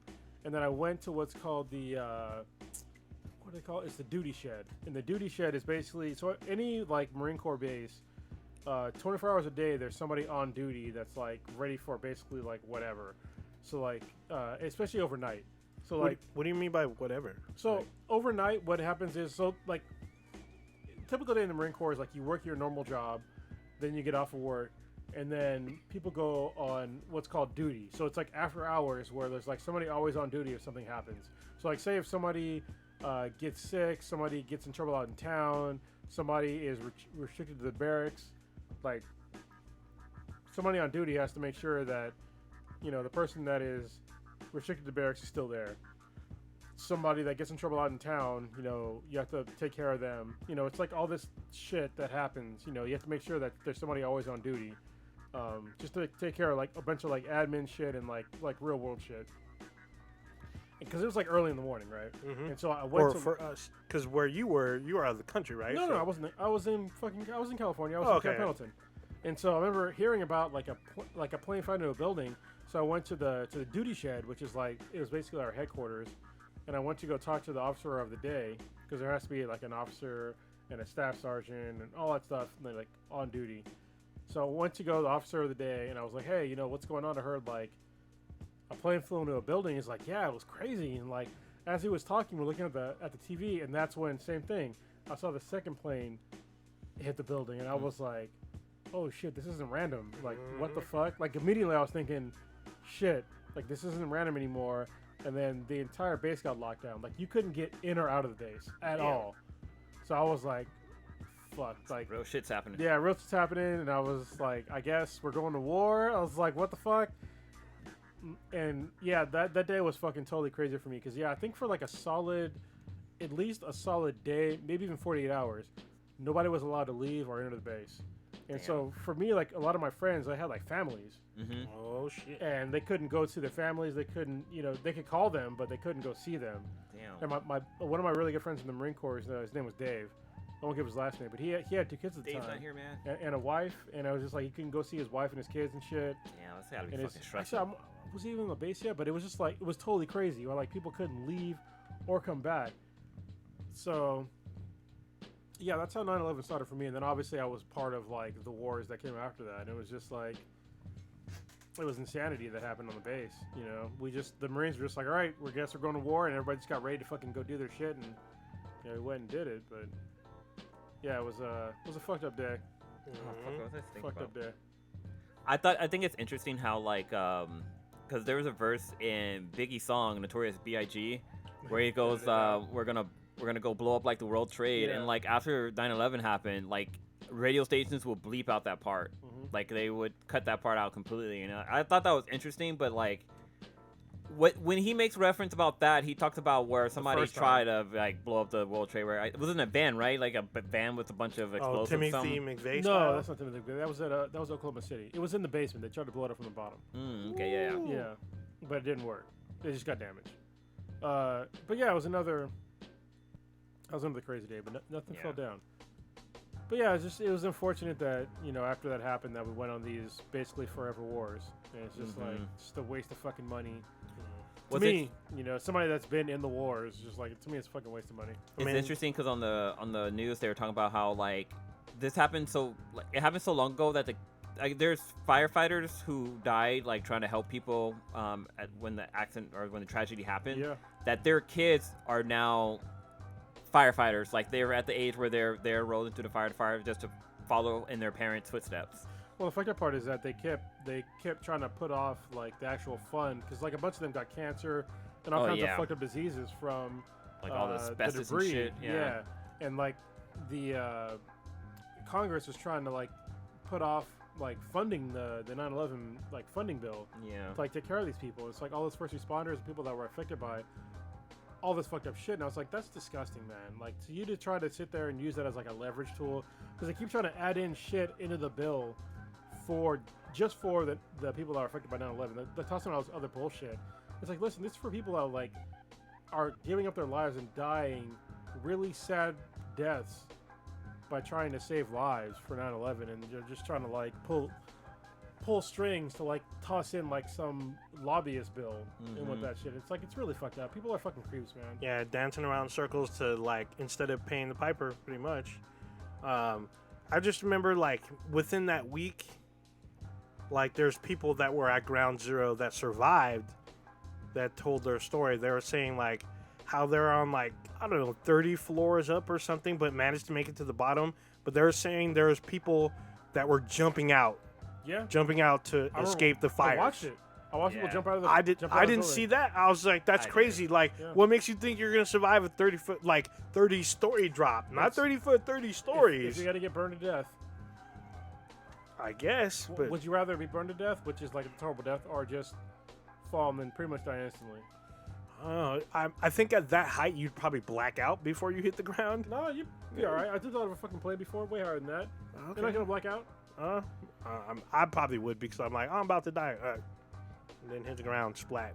It was just crazy, like how people that were above like the impact point managed to get down and survive, like get down to the ground before the buildings came down. That was amazing to me. There's like all kinds of stories going around, but for sure that was the day that changed America. Yeah. Like Homeland Security was born basically because of this event. TSA got a lot fucking stricter. No, Yeah. TSA got invented then. Yeah, Oh, okay. TSA because That's what I was flying. gonna say, but I wasn't Before. sure. Yeah, because before flying before that was real like So lax, easy. extra Yeah. lax. Like I remember back in high school, me and my girlfriend at the time, we would go to SFO and just fucking like go like walk the terminals and hang out and like get food and like watch the fucking planes take off because you could do that back then. Now you Yeah. can't do that shit Yeah, at you fucking cannot. all. So if you watch movies before 9/11, you can see those romantic films or rom-coms or whatever where people are trying to run to the gate to try to stop their loved one from leaving. Now that shit can't happen. You have to have a ticket to get in Well, and to run to the gate. It's so stupid too because, listen, I don't know if anybody knew this, but there is no reverse in a plane. So even if you Yeah. got on the plane, you You have to- hijacked it, you can't fucking back it up. Nope. Like it's impossible. Yeah. Yeah, they have to like do the circle. They have to do like the No, it's not even They a have to circle. have You the- need a the fucking thing a to car push in 'em. front of you to push you back. yeah. No. I'm saying if they were unavailable because there's only a certain amount of those. You have to do like you have to circle the runway. No, goddamn, you're not even listening. If you hop on a plane right now, you cannot back it up. Yeah, It's yeah. impossible. You can't go forward. You can't turn it around. There's But nothing you can do. It's You're so talking close, about. Oh, sorry. Go ahead. It's so close to like where you entered that they can't turn it to fucking get back on the runway. But you're saying okay, like yeah, so yeah. anybody who gets through, like say somebody gets through TSA and they're able to board a plane, like they can't do anything because the plane You can't go take off- backwards. Yeah. You can't take off with So it. there's mainly it doesn't make sense for the TSA or the airports to not allow people to just go past the checkpoint. Exactly. Yeah. Because even if you try to like make us like a hard right or a hard left, because technically that wheel can, but you just tear the fucking wing off. Yeah. It was kind of cool when I went destroy part of the building. when I went to Seattle and I went to the Boeing's factory where they actually build fucking airplanes. Boeing has an airplane where it has like the wingspan on the plane is too big for airports, so their workaround for that was to be able to have the wings fucking fold up. again. Yeah, I'm like, that's scary as fuck, man. Like, Mhm. what if the pilot accidentally hit the wrong fucking button? You're in air and all of a sudden the wing goes. Zzz. But it's just the tip. The tip goes Aw. up. Well, they have all safety bad. measures for that. Yeah, they do. Well, all bad. except for the 747 Max. Damn. Did I explain like what the problem was on this podcast? Yeah, we before? talked about it Yeah. before. Yeah. Why they blew up and it's just all bad. Well, they didn't blow up. They Well, just they crashed. Yeah. Crashed and then blew up. Well, yes. If you're in a plane full of jet fuel, you will blow up if you have a hard impact. And apparently it can't burn steel beams. Yes, it can. Well, that's what theorists. That was the theory. The conspiracy theorists were saying. Because they're stupid. Listen, if you put like a bunch of tons above something, and you put it at a hot enough heat, it doesn't have to be hot enough to melt it.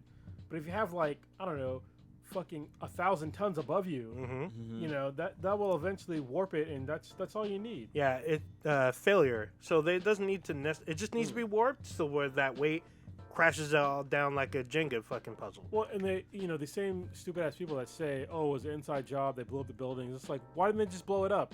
Why would you even need to fucking fly a plane into it? Yeah. With innocent people on it. Yeah, just blow it up. You know, it's Park so stupid. just park the van in the parking garage, blow that shit up. It's the same people that say how stupid George Bush was and how stupid all these fucking people were that started it. But it's like, are they stupid or were they geniuses for getting away with it? I guess because it's either one or the other. Yes. Yeah, Yeah. that's definitely for sure. What's interesting? Well, it's kind of if you go to New York now and like where the World Trade Center is, there's Freedom Tower. Yeah, there's a Freedom Tower, but there's the Infinite Pools or Fountain or something like that, where the towers used to stand, where it's just basically a giant waterfall, and that's really cool to see. But it's one of those things that you don't realize how big it is until you actually see it, and it's quite amazing to see, to be honest. I felt that way about the Statue of Liberty when I first saw it last year. Like from far away, it looks hella small. till you get onto the island and you're like, oh shit, if you climb this thing and jumped off, you'd be dead Yeah. easily.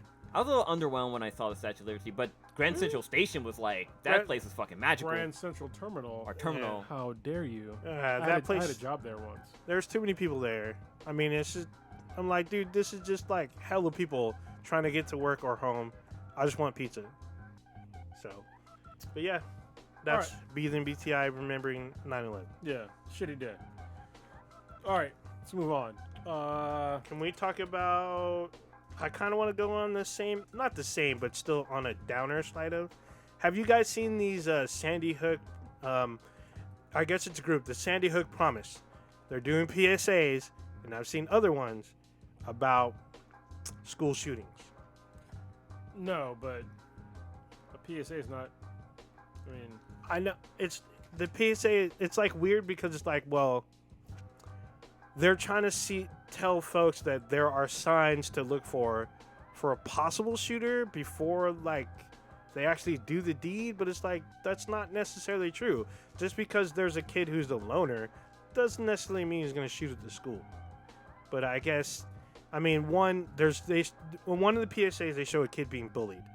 Yes, if you see a kid being bullied, someone should step in. Usually, I would say an adult because they have like nowadays they have security and like hall monitors and like all these other people that are employed to stop these things. But yet they're doing these PSAs, I guess, for parents and kids, for them to get involved and stop this. But some of these PSAs are kind of creepy, if you ask me. I mean, honestly, I would hope it would help, but I have very low expectations for that. We have a systemic problem in America, and it has to do with violence, and that we've just accepted a certain amount of violence in America, and that's the way it seems to be for like the past at least 15 fucking years. And we've just accepted it. We've accepted that we've had all these problems that we have decided not to fix. Like, we've had income inequality, we've had, all kinds of hate in this country, we've had all sorts of, new racism, which is crazy, because, when I was growing up, that shit was on the decline. Yeah. And now it's kind of on the incline again. It's just like, how the fuck is this even happening? Where'd these Nazis come from? Yeah, I'm just like, for real, like, there was, like, very little Nazis when I was growing up. Yeah, I mean, there was neo-Nazis, but they were, like, in, like, these fucking shanty towns or whatever. Well, only time I heard about Nazis were either in fucking comic books, like Captain America, or in fucking, like, history books. Yeah, these weird... No, they were still around. Yeah, weird. They're neo-Nazis. Like, what gets me is the ones that showed, like, the American flag with the Nazi symbol in it. I'm like, how fucking dare you? That's some hella Hydra shit. Yeah, I'm like, dude, we went to war with Nazis to prevent them from spreading. Not like their disease, but their regime from spreading. Well, no, that type of mindset to me is... Oh, yeah, the mindset, of course, but the regime under Hitler's rule, the whole world, like most of the world, I want to say, banded together to stop them. But yet now they're like in these little towns where they're saying there's white genocide. I'm like, what? Where'd this even come from? You guys are not being killed in Marseille. Yeah. Like, where's this genocide coming from? Maybe if you watch a lot of cuckold videos, it may feel like that. But y'all, there's no mass grave of, like, white folks in America. There's mass graves of, like, indigenous people, of the Native Americans. There's been mass graves of Asians, African Americans, and even some Hispanics in America. But where's this? Unless there is some weird cult, there's no, like, weird, like, in, like, mass grave of, like, a bunch of white folks where it's a genocidal problem. It's a weird problem because, on one hand, this isn't just a single aspect, okay? I don't want somebody fucking killing me saying, or not killing me, just talking shit online. You're not gonna fucking kill me. Talking shit about, oh, this guy's some fucking sympathizer. On one hand, I can understand where, like, somebody's saying, they're pissed about, white America, blah, blah, blah, blah. But it's like, listen, like, most of, like, the white American jobs are taken by other white Americans or automation. Mm-hmm. They happen to have more money than you. So, I mean, congratulations, you're in the fucking same group as, poor minorities. Because the problem is, income inequality doesn't know a color. You know what I mean? Like, I said it multiple times on this podcast. it's not. To me, there's no such thing as white privilege. If you have money, that's a privilege. I mean, look at Jussie Smollett, who just got off on charges for lying to the police for whatever reason. Look at Bill Cosby for a long time. I guess he's in jail now, maybe. Cosby? I think he's out. Is he Cosby out? might be out. No, he's still in jail. Is he? No, I'm pretty sure he served his time and they got him out. Cosby or OJ? Oh, OJ's been out. OJ's out. There's been other. Who's But then other there's guy? like, R. Kelly is still not in jail. no, he's in jail. No. Well, sort of. He's on. He's in, I guess, in holding or whatever. Yeah, Yeah. because he's about to go to trial, I believe. I mean, once you make a certain amount of money, like the rules of the law get really fucking blurry. And It's I like think with the parents of the college scandal. Like the Yeah. chick only got like I don't know, 3 weeks 14 in jail or days. some she shit. had money. she did have money. But- She got money from all the kids, but I know if Prodigy was here, I don't want to speak for him, but I know he believes that white privilege exists, and even on the small scale, because like as we have seen, like there's been minority men that have gone to jail for marijuana possession for a very long time. Some of them got life in prison, versus someone who was a white male got same charges, way less, but they didn't hold have on. money. So, no, if the white guy didn't have money, then I'm pretty sure he would have sat for the same amount of time. If he got charged, They got charged in less time. It's been statistically proven. no. I mean, there's no, that is not statistically proven. there's- You pull up the stats for me if you can, because it's a very hard one to pull up. hang on. Actually, there's a professor. I think he has this posted. See if I can pull this up. It definitely has to do with like how much money you have, because that has to do with if you get a public defender. Public defender, you're probably gonna fucking go to jail. If you have an actual lawyer, you're way better off. Way better off. Anyway, I guess he's gonna look it up, so we'll argue about it later. Well, I guess we'll argue about it on the next podcast. What I kind of want to bring up, this isn't on the list, but right now there's a bunch of regulations, I can pronounce words, but they're trying to ban vaping. Regulations. yeah. Yeah. So I actually looked up because there's been a few deaths with vaping recently. Yeah, I think it's been like 7. 7. Yeah, which isn't not even not even percentage in America. It'd be like a 0.0 something. Yeah. It's like way 6 under. O's. But I guess 240 people, which is also not 0.0 anything. But I guess all of the people that are hospitalized have all had the same common thing where it was a black market oil.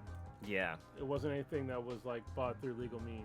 Black market. Wait, vape oil? Yes, which you can do. Yeah, so, Or make it your own That shit. sounds fucking. I don't vape, so this is new to me. So if you're not familiar with vaping, so vaping usually has nicotine and it has some kind of No. It's actually the ones that have nicotine. Actually, that's not the ones I was getting people. It's people that were getting black market THC or CBD.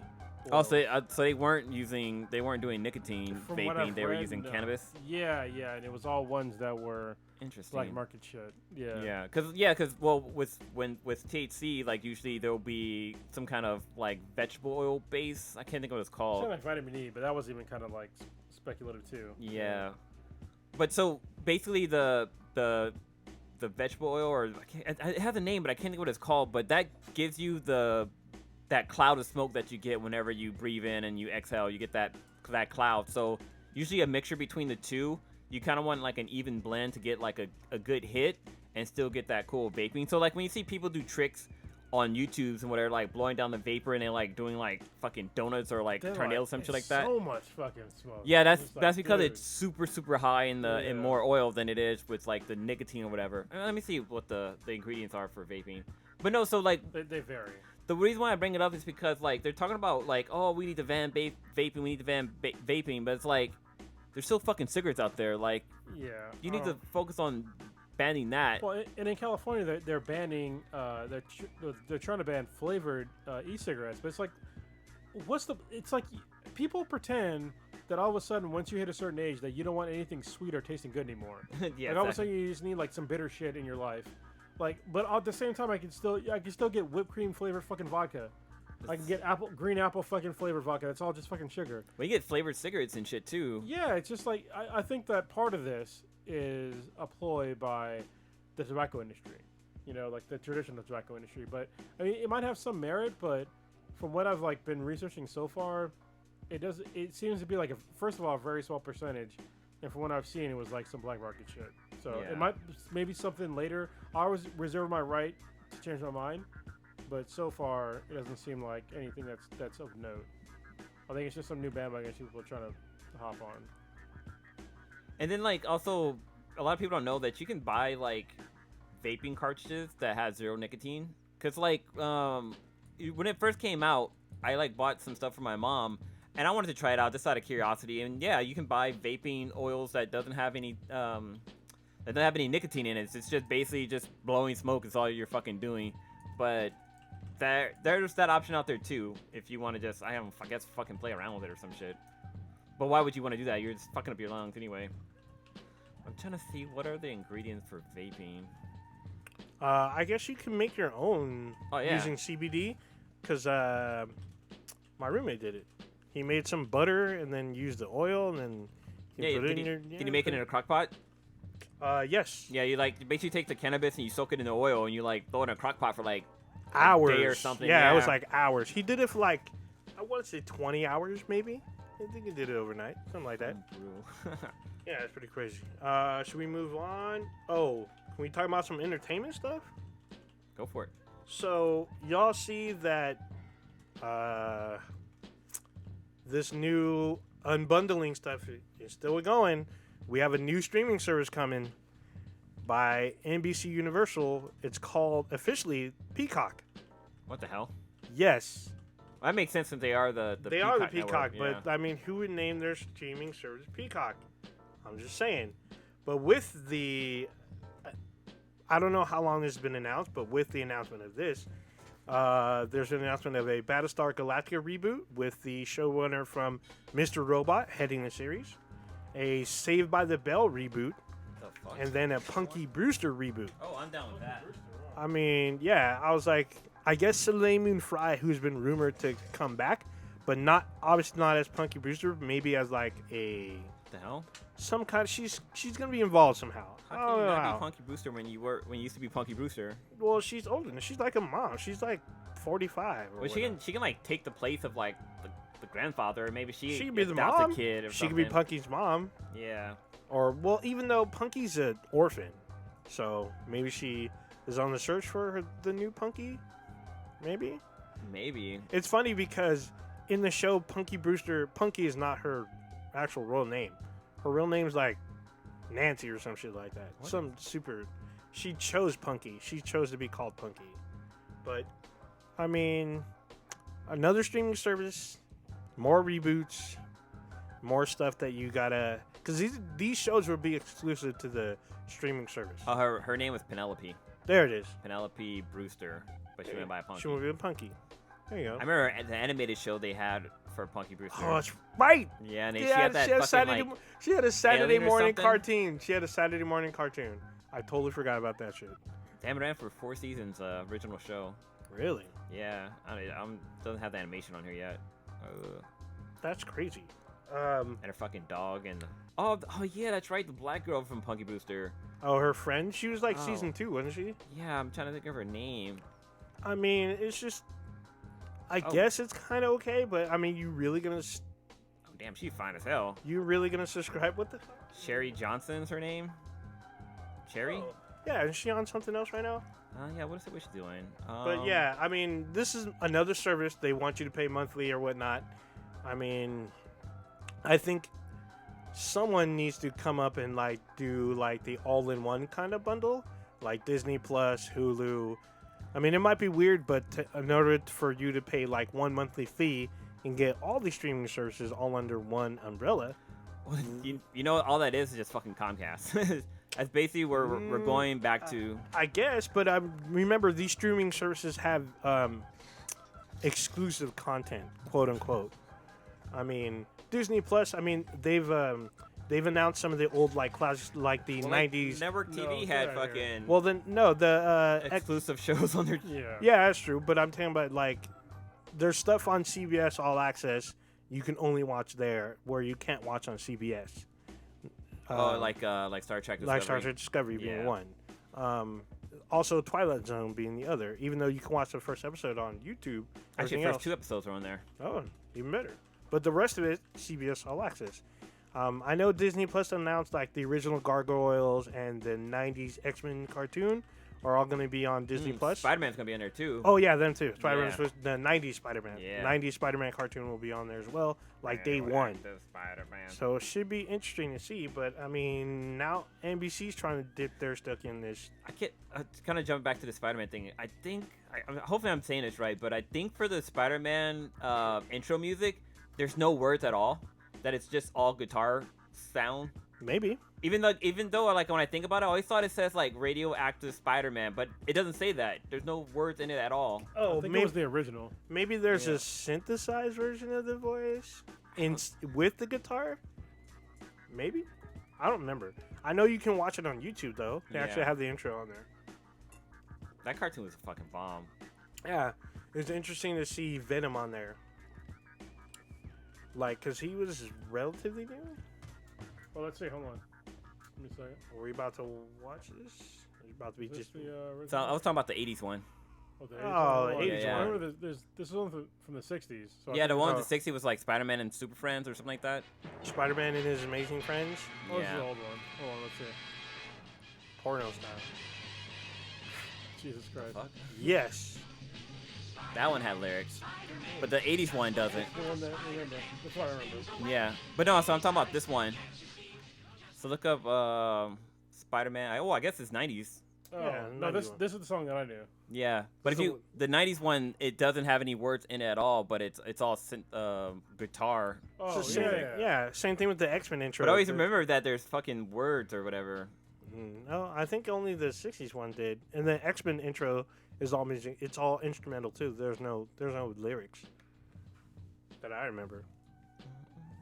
No one. I mean, there's the name of each character as you like are introduced to them, but other than that, I remember Spider-Man had the like computer graphics backgrounds and stuff when he's like swinging through the city. it's hilarious. Forgot about that. But yeah, more streaming services, more exclusive stuff. Yeah, I think there was something posted on the Black Nerd group where it broke down the price of like all these different plans and stuff like that. And basically, by the end of the day, you're paying the same amount you were originally paying with cable. Providing that you got each one. Yeah, I talked about Yeah. it a while ago, but I mean, you need to have one base service and then the other ones, right? So I think before, for like me, when I was paying for everything on Dish, it was like $180 a month. So right now, my base service is with PlayStation View, which is like $75 a month, and that gets me like all the major shit. You know, Mhm. HBO, Showtime, you know, all the other like basic cable. Well, more than basic cable. And then I pay for extra, obviously Amazon Prime, but I don't count that one because I use it mostly for Shipping and stuff. for shipping and stuff. Yeah. It's just an extra for me. Yeah, you know, yeah. to get like the video stuff, which I'll get into in a minute. I pay for extra Netflix. That's what Kamek does that because we watch Netflix stuff. Mhm. I mean, there's a few in like space for Hulu too, but you know, I think altogether, it's still for me it was less than what I was paying before. So Hulu's not part of your PlayStation View package, or No, it is not because Hulu has Viacom stuff on there. So that's one of the major things I noticed with PlayStation Plus, or PlayStation View, is that I was missing Comedy Central. Mhm. So I couldn't watch legally anyway. I couldn't watch like South Park and stuff. I was like, oh, that's kind of. Oh, that's a. But Hulu has all that stuff. So, They sure do, and they upgrade that shit. I think weekly, or like at midnight after it airs, on whatever time zone you're in. Then it releases for you. Yeah, but when they're adding in like the cost of like HBO Now and Showtime and Stars, blah blah blah blah, like that almost accounts to like what you're paying for like PlayStation Plus or like what was the other ones? There's like DirecTV. They have their own subscription, like their own digital thing now. Oh, isn't it streaming service? AT&T, Uverse, Yeah. or some shit. And like sort of some Sling shit. and a bunch of other ones too. It's just like Yeah, get your Sling. base service and then go from there, and then you're way better off. You get like most of your channels, especially when it comes to like local channels. Because PlayStation View, you get local channels. Yeah. so it's nice. That's cool. Or Yeah. if you buy Amazon has I can't think what it's called, but it's a box you can buy and you can hook an antenna up to it and you can record Oh, yes. live TV shows over the air free no charge, no subscriptions, whatever, and you're able to like rewind and go back and watch and everything, was kind of cool. Oh, and it's not the Fire TV thing. It's Well, something it's separate. yeah, it's something separate, but it syncs up with the Fire TV. Oh, It's okay. like an expansion pack for the Fire TV. Oh, that sounds. But you have to buy like a antenna for it to work. Like it doesn't just. I think those are cheap too. The Oh yeah, antennas. it's like $15 or something for like a good quality one. Yeah, that's right. Speaking of which, staying on this, did y'all know that Apple TV is coming? Y'all see this? I guess What do you Apple mean coming? It's been here. Yeah, has been there. it's been out for a long fuck? time. I don't know. Apparently, they're rebranding it or some shit. I don't know. Yeah, it's been out for a while, man. No idea, but Why are you apparently, so old? cause I don't give a shit about Apple. Neither do I, but I mean I know about it. Nah, I guess they're relaunching maybe some bullshit. I guess they have the Apple TV Plus. It looks like, Maybe that's and it. it's they're having their own streaming service. There you go. Yeah, so it's supposed to be bigger than Netflix. Well, no, but all right. Yeah, because Everybody's trying to. This is how you know Netflix is on top. People trying to beat Netflix. Yeah. Mhm. Like Netflix has like a lot of like really good content now. And I think actually I was gonna allude to it earlier, but Amazon is doing a really good job with like catching up to Netflix. They have like a lot of really good content right now. I mean, The Boys, which was excellent. Carnival Row to me was excellent, and this new show called Undone. Have y'all watched that shit? No, but Nope. I've seen like previews and trailers Jesus for it. Christ! If okay, It's like animated, right? Or it's like, rotoscope, Yeah, which yeah. is basically animated. So rotoscope is like a really cool animation style they used like back in the day, like in like the 70s and 80s. That's like making a comeback. So rotoscoping is actually how they made lightsabers in like Star Wars. Oh yeah, that's right. Totally Yeah. forgot about that. It's totally old school animation style, but like this one's like a really good like updated version of rotoscoping. So like everything looks kind of like animated, but like there's certain like facial features that they use that look so fucking real. It's crazy. This looks fucking weird. Yeah. What the fuck? So definitely do or don't watch this high, because this will fucking blow your mind if you watch it high. So the first episode isn't like that first episode is good, but it's not like mind blowing. Mhm. The second episode, which is when like reality fucking breaks, and it's just like, what the fuck am I watching right now? Like seriously, I was just like, dude, what the fuck is going on right now? Because like Whoa. this is like it's linear in the first episode, and then in the second episode it goes to like non-linear status where like shit is like all out of order and like random intervals, but it's fucking awesome because you understand what's going on. At least I did, and it's like it's really well done. Yeah, and the main So- girl, she's the girl that played as Alita, right? In the Alita Battle Angel she movie. kind I of think looks so, like yeah. her. Yeah, I think so it is her. you want to know who also did this rotoscoping? There's this movie called I think I know what you're talking A about. Scanner Darkly. Yeah, yeah. It has Yeah, Keanu yeah. Reeves. This came out in 2006. I actually saw this in theater. This is based off of a Philip K. Dick novel. It's like a short story that they expanded into a movie. It's a twisted fucking film, basically about a futuristic cop who goes undercover to bust a drug ring. Nut. Oh. Damn, he probably did bust a few nuts, but it has like this weird. I mean, it's told with rotoscoping, but it's about technology, about how they conceal themselves from each other. It's fucking weird, but it's an interesting film. Well, this one is like, so y'all know me. Like when we talk about like diversity in movies or in shows or any kind of media, like I hate it when it's like, first of all, when they tout that it's like, this is such a diverse cast. I'm like, I don't give a shit. Is it good? This show, it's I guess I'll have to tell you, it's diverse, but in the best kind of way. Because I didn't know it was diverse at all. It just looked kind of trippy, and Kamek actually recommended it. She wanted to watch it because she saw the preview, and I already knew about it, and I was like, yeah, I'm already in. So we watched it, and it's like about, so the mom is Mexican and the dad is Caucasian. So obviously the daughters are mixed. And then one of the daughters is like, she's hearing impaired. And so she has to wear like this cochlear implant type deal on her head, or she can't hear. And none of that shit was explained like in the previews. And it's like done as like a normal thing. And this is how you should do all diversity. Do it like it's fucking normal, and then people, at least people like me, will appreciate it more. Don't sit there and tell me before the show comes out, this is some diverse cast. There's a deaf person in it. There's a fucking mute person in it. Blah, blah. I don't give a fuck. I just give a shit about the story. If the person being sort of like different or whatever, or different ethnicity, fits in with the story, then cool. You know, that's the way it's supposed to be. You shouldn't have to like highlight it to like get more views out of it. But this show was like a perfect example of that, where they gave me no, you know, preamble beforehand that, you know, this person had hearing problems and that there was like, you know, a mixed ethnicity and all that stuff, but it just flows so well together. It's really well done. Definitely check it out. For me, so far within like the last 3 shows that I've watched with Amazon Prime, they're 3 for 3 as far as shows that I'm going to continue watching. It was, you know, The Boys. Actually, no, it's I guess 4 for 4. Shit, because it went with what was that show? Tom Ryan. Or was it Jack Tom Ryan? Jack Ryan. Yeah, Jack Ryan, The Boys, Carnival Row, and now Undone. Wait, Jack Ryan's actually good? Yeah, it wasn't bad. I mean, the only thing I had to complain about was like once again fucking Middle Eastern terrorists. Oh. But it's basically, you know, It's basically Jack Bauer. Yeah, I'm about to say. I mean, Yeah. I think Jack Ryan's older though. Or yeah. But Well, yeah, it goes back to like Tom Clancy days. So Mm-hmm. Jack Bauer probably is like a play on Jack Ryan. Oh yeah, for sure. Yeah. Even though I love me some 24, I love 24. Yeah. even though they fucked it up, kind of towards the end. There's another show on Netflix, or not Netflix, on Amazon that was really good. I can't remember what it was. Oh shit. Was it the Man in the High Castle? No, I think it was that. Well, I don't think I watched one episode. It was the Hannah. Oh, Hannah. Yeah, Oh. I watched one episode. I thought it was pretty good. Yeah, I watched one of those too. It was really Yeah. good. I want to watch more, but Kim, I didn't like it, but I'll keep watching it. Yeah, interesting. So the only one I watched from any of that was The Boys.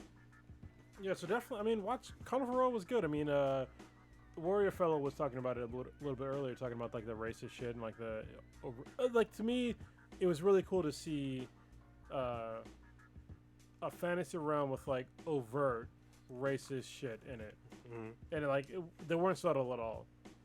And to see that with like against, it was weird to see like Caucasians against other Caucasians. It was like, you know, But they had wings though.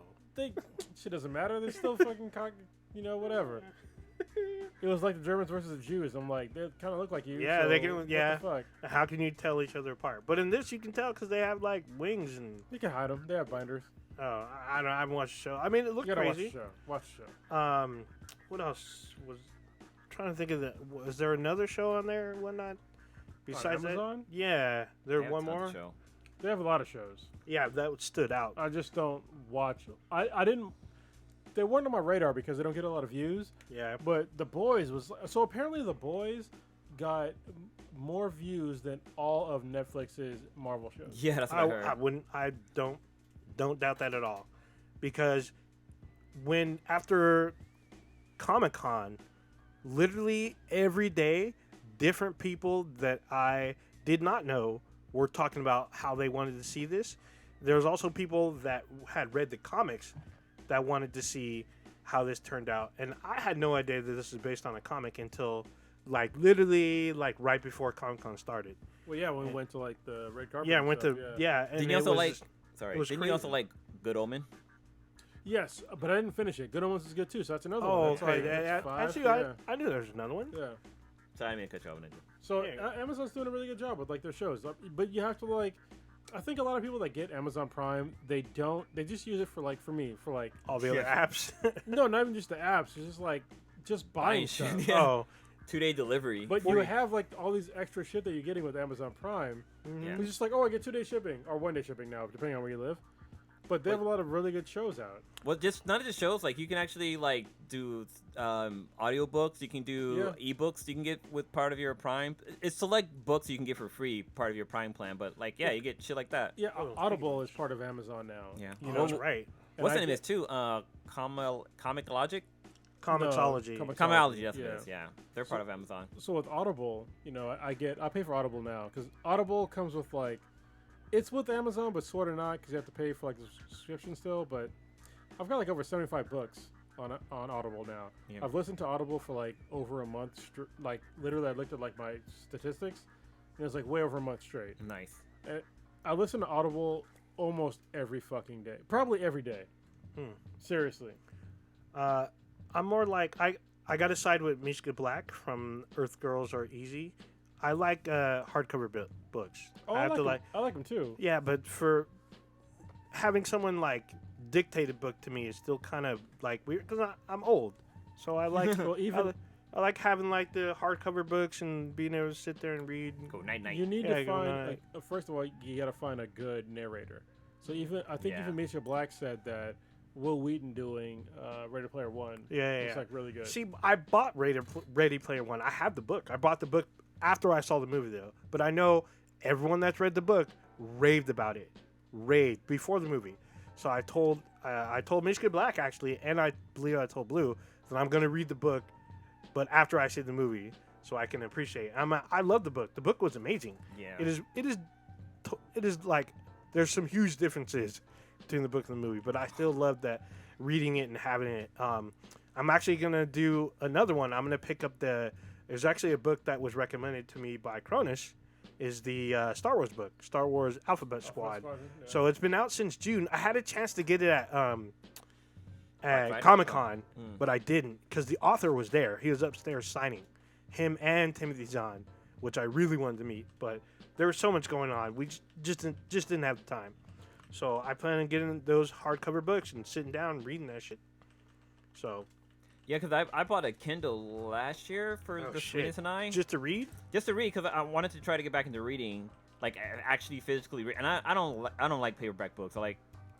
It's just something about like holding the spine open and trying to read like the words in between always fucking bug me. And just having a Kindle and having all those books like literally in my hand is fucking nice. But I need to try to get back into doing that again because I started reading one book and I think this is kind of where I fell off because the book was boring as fuck. I didn't understand what was really going on, and I hate when they switch between characters' point of view, and they don't really like. You don't really know until you're like probably like a page into it. You're like, oh, I'm looking at somebody else's point of view now. Like, what the fuck?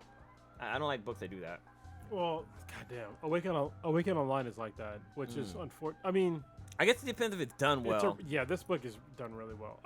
Travis Bagwell, I might try to have him on this podcast. I'm gonna just try to talk to him on a certain podcast, but I need to talk to this dude because he wrote a really good book series, Awaken Online, which eventually I'll do like a book review, and I'll talk about it. But if you like Ready Player One, if you like Sword Art Online, if you like shit like that, you would love this book series. The first one is called Catharsis, Awaken Online Catharsis. It's like one of the best books I've read in a long time, and I've listened to a shitload of books. So You have a hard copy of Necromancer, is that correct or no? Neuromancer, no. I Neuromancer, don't. there we go. No, but See, that's what I want. I'm gonna start buying hard copies because that's by William Gibson, right? Yes. And that's like he's the guy who pretty much invented Cyberpunk, Cyberpunk. yeah, pretty much put it on the map. Like before that, it was all like role-playing games. He wrote a Yeah. book. Yeah. And then like so the guy, I don't know if you guys knew this, but the guy, I forget the guy's name. Maybe you bring it up. But Cyberpunk 2077, it's based upon the work of a black guy. Oh shit, really? The game? I forget his fucking name. Jesus Christ, I'm doing the service here. Yeah, we gotta Google it real quick, but and he's actually making a new tabletop game about it. Oh, okay. Forget his name. It was right. I literally saw this last week. Yeah, I can't. Yeah. But yeah, I mean, Cyberpunk. I mean, there's some weird stuff kind of happening at CD Projekt Red about what they're gonna do with some of the gameplay. Like, I guess now it's gonna be all first person. So, and all the cutscenes will be first person, versus what we saw. Your character was in like third person in some cases. So, and then like the whole multiplayer. Granted, you don't need multiplayer for a game like that, but they first said it was gonna happen. Then they took it off the table. And then they said it's probably mostly going to happen. So it's kind of back on the table. So I'm just like... Is it... Sorry, it's Mike Pondsmith. Okay. Is the gentleman's name. I thought it was Marcel Batlida. Yeah, he's a 65-year-old. He made a bunch of tabletop games. I think he wrote some books too, but I know him from tabletop games, and he's making a new one, I believe. But yeah, Cyberpunk 2077 is based upon his tabletop game. Oh, but his game was called Cyberpunk 2020, right? Something like that. I forget. Yeah, I see it here on Wiki. That's going to be great. That's pretty dope. Damn, William Gibson doesn't think Cyberpunk 2077 is Cyberpunk? Oh, he doesn't think it's Cyberpunk enough. Well, Okay, so I've listened. You talking about Neuromancer? The guy who made Neuromancer. Yeah, the guy made. So the guy who made Neuromancer. I mean, the book is. It's not the greatest. All right, I listen to a lot of books, and read a lot of books, and it's a little difficult to read in this day and age. Like, it doesn't have the same pacing as like a book nowadays. It doesn't have like, okay, so if I'm comparing books from like around the same sort of era, like I would compare Neuromancer with like 1984. Right, even though like they're totally separate like genres and shit like that, but I think they're around the same sort of era. Actually, no, they're not. They're supposed to be 1984 came out way before Neuromancer did, but like it was way easier. maybe 10 years before. Yeah, but it was way easier to follow and like understand. Neuromancer, while it was good, I wouldn't put it on the same level as like a 1984. So I want to say 1984 has a lot of influences drawn from THX 1138 because it kind of looks the same-ish, and they have the same kind of theme. Have you read them both? I haven't read the one you're So talking about. THX 1138 is a movie directed by the George movie, Lucas. yeah. Yeah. The movie's fucked up because it's basically people that live underground. They were told like the above ground is non-habitable. Toxic. Yeah, Yeah, and they can't, and you're not allowed to have like, you're not allowed to touch if you're the opposite sex. Yeah, no. You're not allowed to have like, but then basically they try to break away from the system after they're savagely beaten. They're savagely beaten for breaking the rules. Have you read 1984? I've seen like. Have you read 1984? No, I haven't read it all. Okay. I've read one of those like they give you like 2-3 chapters, so I read like two of See, those. Yeah, it's okay to say you haven't read it, bro. Okay. I mean, come on, man. That is like probably the most fucked up book I've ever read, ever. Ever. Like, the end of it was just like, there's no fucking hope. I was like, like legit depressed after I was done reading that book. Okay, so THX 113 has hope at the end. Yeah, there's no fucking hope at the end. Like, you think there's hope, and all of a sudden you get to the end, and it's just like, what the fuck is happening right now? Why is this happening? And then it ends. You're just like, dude, are you fucking for real? Shit. Yeah, like, I think everybody should read the book because it is so fucked up. It's basically a dystopian book where it's in basically a society that everybody tries to like say they're in right now, but we're not. We're approaching there to where like Big Brother is always there. You know, people go to like work for like really nothing, and everybody snitches on everybody. And it's like, it's really, really fucked up to where I can't even like really equate it to anything else. It's just like, it's a really fucking good book. And I just don't want to give most of the book away, especially the end. Because the end was like, I've never read any book to where it was just like, it ended that fucked up. Well, it's kind of interesting that you brought it up because I was in the chat talking to Warrior Fella because American Horror Story 1984 just dropped today. And Yeah, that's it what we were did talking drop about in today. the chat. A lot of people were buzzing about this. I mean, it looks like Friday the 13th. Yeah, well, it looks like Friday the 13th meets Michael Myers. Yeah, which I'm fine with. I love it. Yeah. Sounds great, but can they pull it off as an entire series, like a whole season? So that's the question. Well, they definitely made a fucking circus creepy as fuck, but that wasn't too hard, but they did a pretty good job But with a it. lot of people were freaked out by circuses anyway. Well, so. the way they were able to pull like stories together is kind of cool because the circus ties into the asylum. The asylum tags it. Oh god, I can't remember. They all link together some fucking how, and it's kind of cool how they do it. Usually one character from one of the other previous seasons shows up because one of the characters from Coven shows up in Hotel. Yes. And that Black girl. Yeah, and it's fucked up what happens. Yeah, it's fucked up what happened to her. So, and then I guess someone from Murder House shows up in one of the other seasons, like Roanoke or something like that. Someone from Murder House shows up. Dude, the last season was the most fucked up season because that shit got Apocalypse? too real. It was the one with basically Donald Trump. Yeah, it's the Apocalypse, Yeah. isn't it? Yeah, I haven't seen like the last 2-3 seasons. That one's fucked up. That one it got too real. I'm like, dude, what the fuck? Yeah, turn it off. Yeah, I was like, this is getting too fucking scary. Even though the show isn't supposed to be like that scary. So going back really quickly to Cyberpunk 2077, William Gibson tweeted out, quote, "The trailer for Cyberpunk 2077 strikes me as a GTA skinned over with the generic 80s retro future. But hey, that's just me. End quote. I like how you did that. It's just me. Yeah. I mean, it's sad because at this point he's basically irrelevant. That sucks. Even though he birthed the Cyberpunk. genre, Yeah.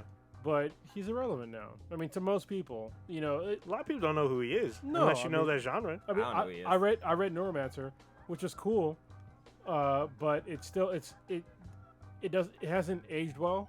Mm.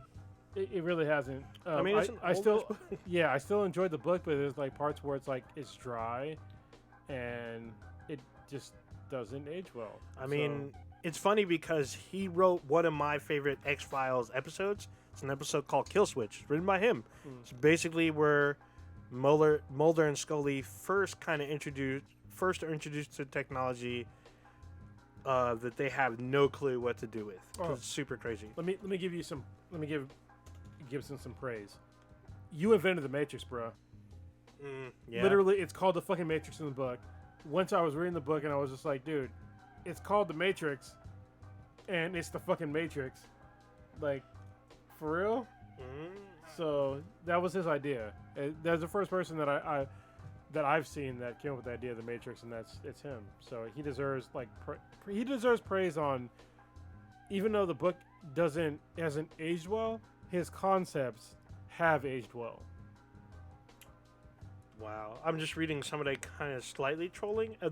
So the article he's quoted in, someone kind of like trolls him a little bit because they say, in regards to his comment, they say, quote, "To be fair, though, Gibson also spends his Twitter time retweeting New York Times opt-in columnist Paul Krugman and former Judge George W. Bush speechwriter David Frum, and that isn't very cyberpunk either." End quote. It's kind of all bad. Well, you can't. No, the person who wrote that can't say that. I know, because it's like real It life could stuff. be whatever the fuck he wants it to be because Yeah. he's the creator of it. And it's his Twitter. Yeah, it's like, get the Timeline, fuck so- out of here. Still, it's kind of funny to me. I mean, I'm not shitting on the guy. I'm just Yeah. saying that the book, it hasn't aged well, but I still enjoyed it. You know what I mean? But I will never deny him being the creator of an entire genre that I fucking love, Mhm. that I really love. I wonder if CD Projekt Red reached out to him, and maybe he said no. Maybe they did not reach out. I don't know because they're basing it upon somebody's work. What was- Pondsmith. What was his name? Mike Pondsmith. Yeah. That's an interesting lad. Pondsmith. Do you guys want to wrap it up or? Yeah. We might want to save Wait. Hold on. some of these other guys. Do we want to? I just want to see what else we had on here. Because not everybody's watched the Dark Crystal, I'm assuming. So we can't give it a chance prop. to jump up on there. We can't. Hold on. Did I talk about Undone yet? Yeah. Yeah, you yes, did. you did. Okay. We talked about that. That's what led us on a tangent to Cyberpunk. That's right. And I guess Dark Crystal will wait until We gotta wait. We still haven't gave a full Fuck. review for Cannon Buses either. fucking watch Undone. Or not Undone, but watch Dark Crystal. Oh yeah, good. Dark Gotta Crystal. watch it, yeah. It was great. The ending kind of like sets up the next season pretty good, and I was just like, holy shit. Dude, I want to talk about Demon Slayer. Yeah. Are you all caught up on Demon No, Slayer? I haven't even started this No, series. Oh man. I know that the Oathbreaker is trying to catch up, so he should be caught up on next week. I just want to talk about one part real quick with the butterfly girl. How like so the last episode the characters they're basically going through physical therapy to be able to get back their Yeah. stamina and stuff Physical back. therapy. Yeah. Wait. The golden haired what? guy, that guy was so fucking funny. He's like, you motherfuckers get to chase around girls and get massages by females, Like, and you come back can bitching. play tag and touch them wherever you want. Yeah. Wait, what? Dude, you gotta fucking watch it. Oh my It's goodness. such a good show. Yeah, but it turns out one of the characters so they have this thing called something breath. What is it called? So basically, It's just a breathing technique. yes, yeah. so it's like a breathing technique. But one of the characters, she uses it all fucking day, and like I guess she has like a crazy ass lung capacity where she can like Breath shatter control. shit. Yeah, but it's interesting because we learned a little bit about her past and like how come she's always smiling and like that shit's fucking dark. Yeah. Like the fact that Yeah, real dark. is it Kirito, right? It's not Kirito. No. No, fucking what's his name? Well, the main guy, like I can't he remember his fucking name now. That he has really- fucked me up. he has a really good sense of smell, and Yeah. he smells on her that she's like sad or no, she's mad. She's always fucking angry. mad, even though she has a smile on her face.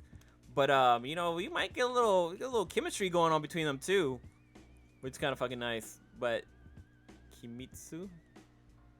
I don't know. Oh, keep talking, I'll tell you. But yeah, so this last episode was pretty fucking dope, and like the guy with the ox mask or the pig mask that he wears, he's kind of like fucking depressed that he's not like strong enough, and he keeps apologizing and shit for not being strong, which is kind of crazy. But we didn't get this chance to see his sister too much in this last episode, but Tanjiro. Tanjiro, that's right. Yeah. Yeah, the guy with the blonde hair is always fucking saying his name. Tanjiro.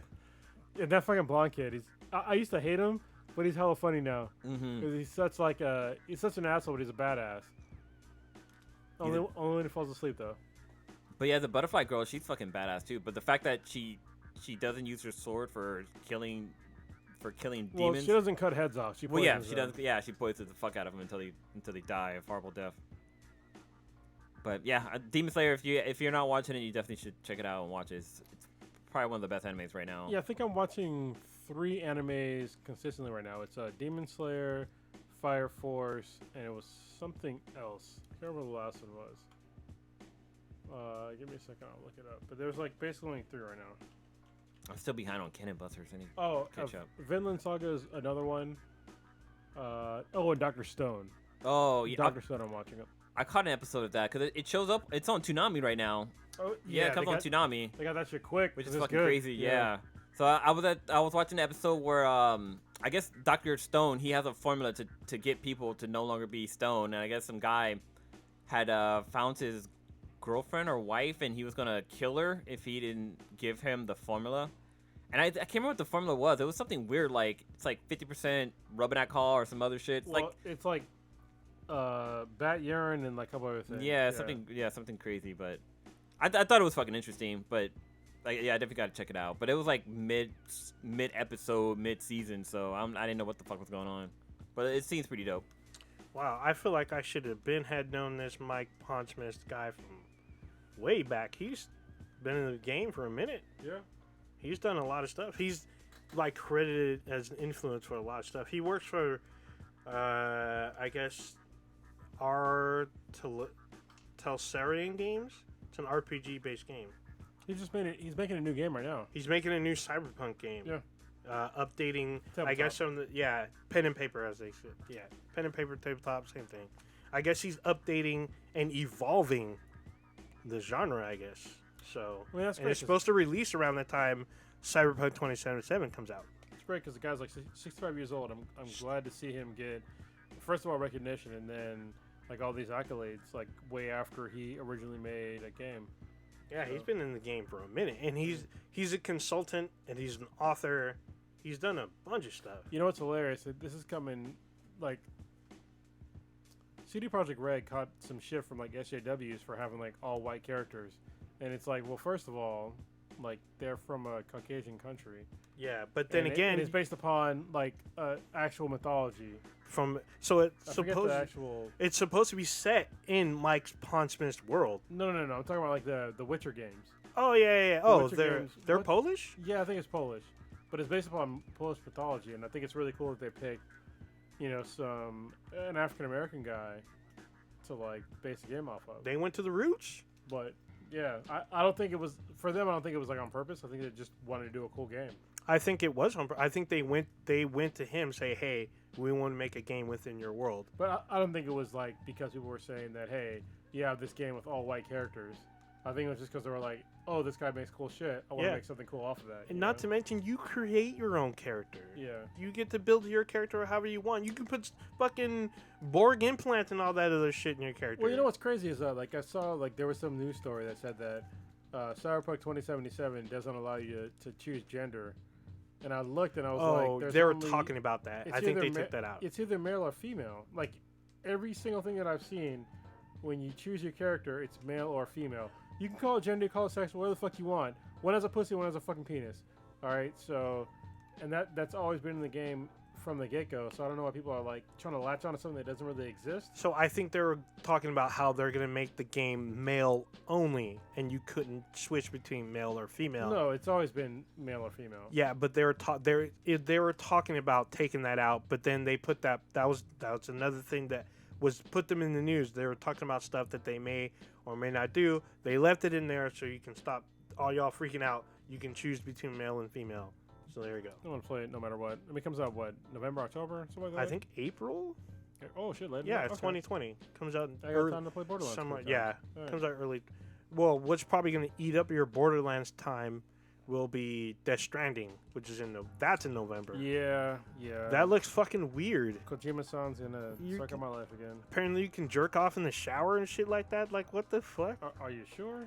You did you watch the video where you're Norman Reedus' character in the shower? Apparently, you can fucking whack off. So definitely don't jack off with soap or shampoo. That's a pro tip from when I was a young man. Just saying. Damn. And if you're eating hot sauce, make sure you You're wash your like, hands first. Do I have gonorrhea? Oh, wait. No, at that age, no, I definitely didn't because I didn't have sex yet. Damn. But, yeah. That's all. That was a bad. tangent. Your There you balls have go. to be smooth as fuck, Yeah. though. What the fuck? Dude, All right. What was I gonna say? Never mind. I'll wait till I'll save for next podcast. Are we I had, rounded I had a B than BTI question, but I want to ask the whole Is group. this the duo thing? No, that's something else. All right. Let's Okay. save it for next week. All right. We rounded this? We'll round it up. All right. Oh, Ninja, what you got? So I'm going back to I can't even say Pandora no more because it's bigger than Pandora now. Borderlands 3. So I'm going back to that probably right after Going the podcast. back to being a Vault Hunter. Yes, gonna be. I have 2 Vault Hunters, so I need to show them both love. I got to go back to Sarah, which is Gears 5, because I've been putting in some work because I'm playing through the campaign and I'm playing with a friend, and they get upset if I go too far in the campaign because they want to do it as well. No one wants to go back, so I got to do that. I still haven't finished Control. I really want to finish Control because that game's fucked up, and I want to beat these games before this slew of other games show up. I'm going to a wedding Saturday in Walnut Creek. It's not no one that I know. I'm actually working the wedding. I'm going to be like bartending, so helping somebody out because they couldn't find anyone last minute. So I told them I'd help them out. That's so cool.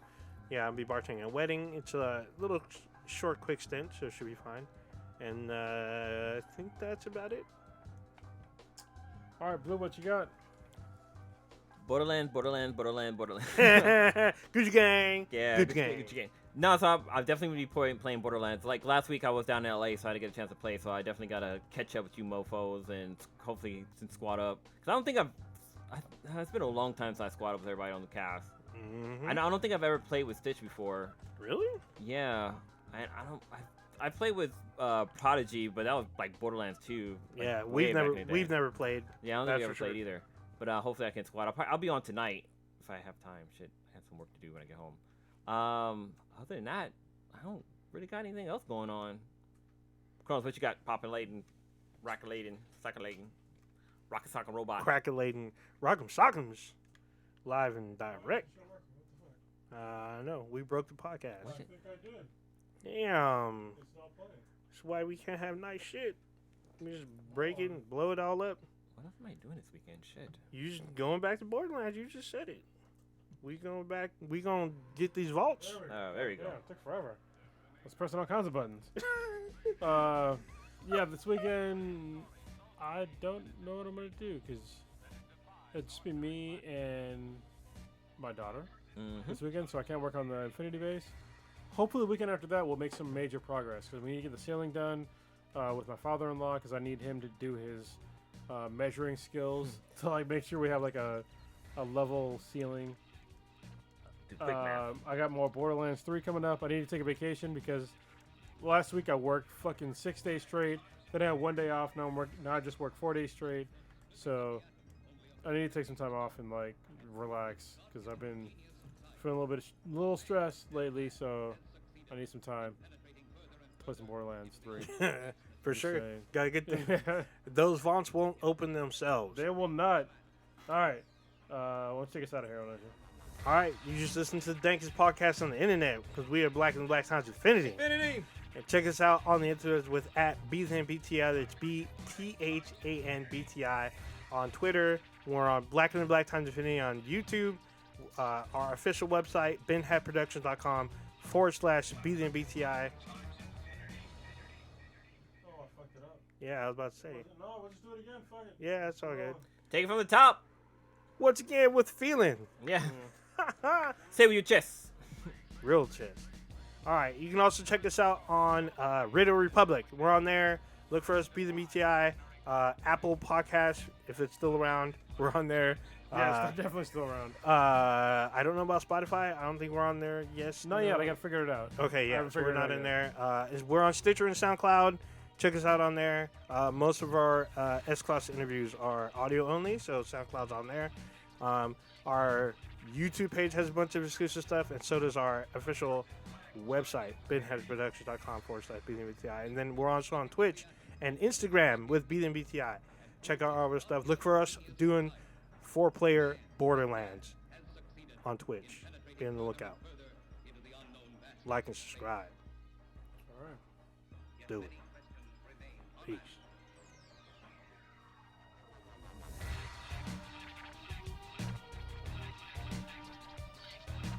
The Children of the Dank. There we go.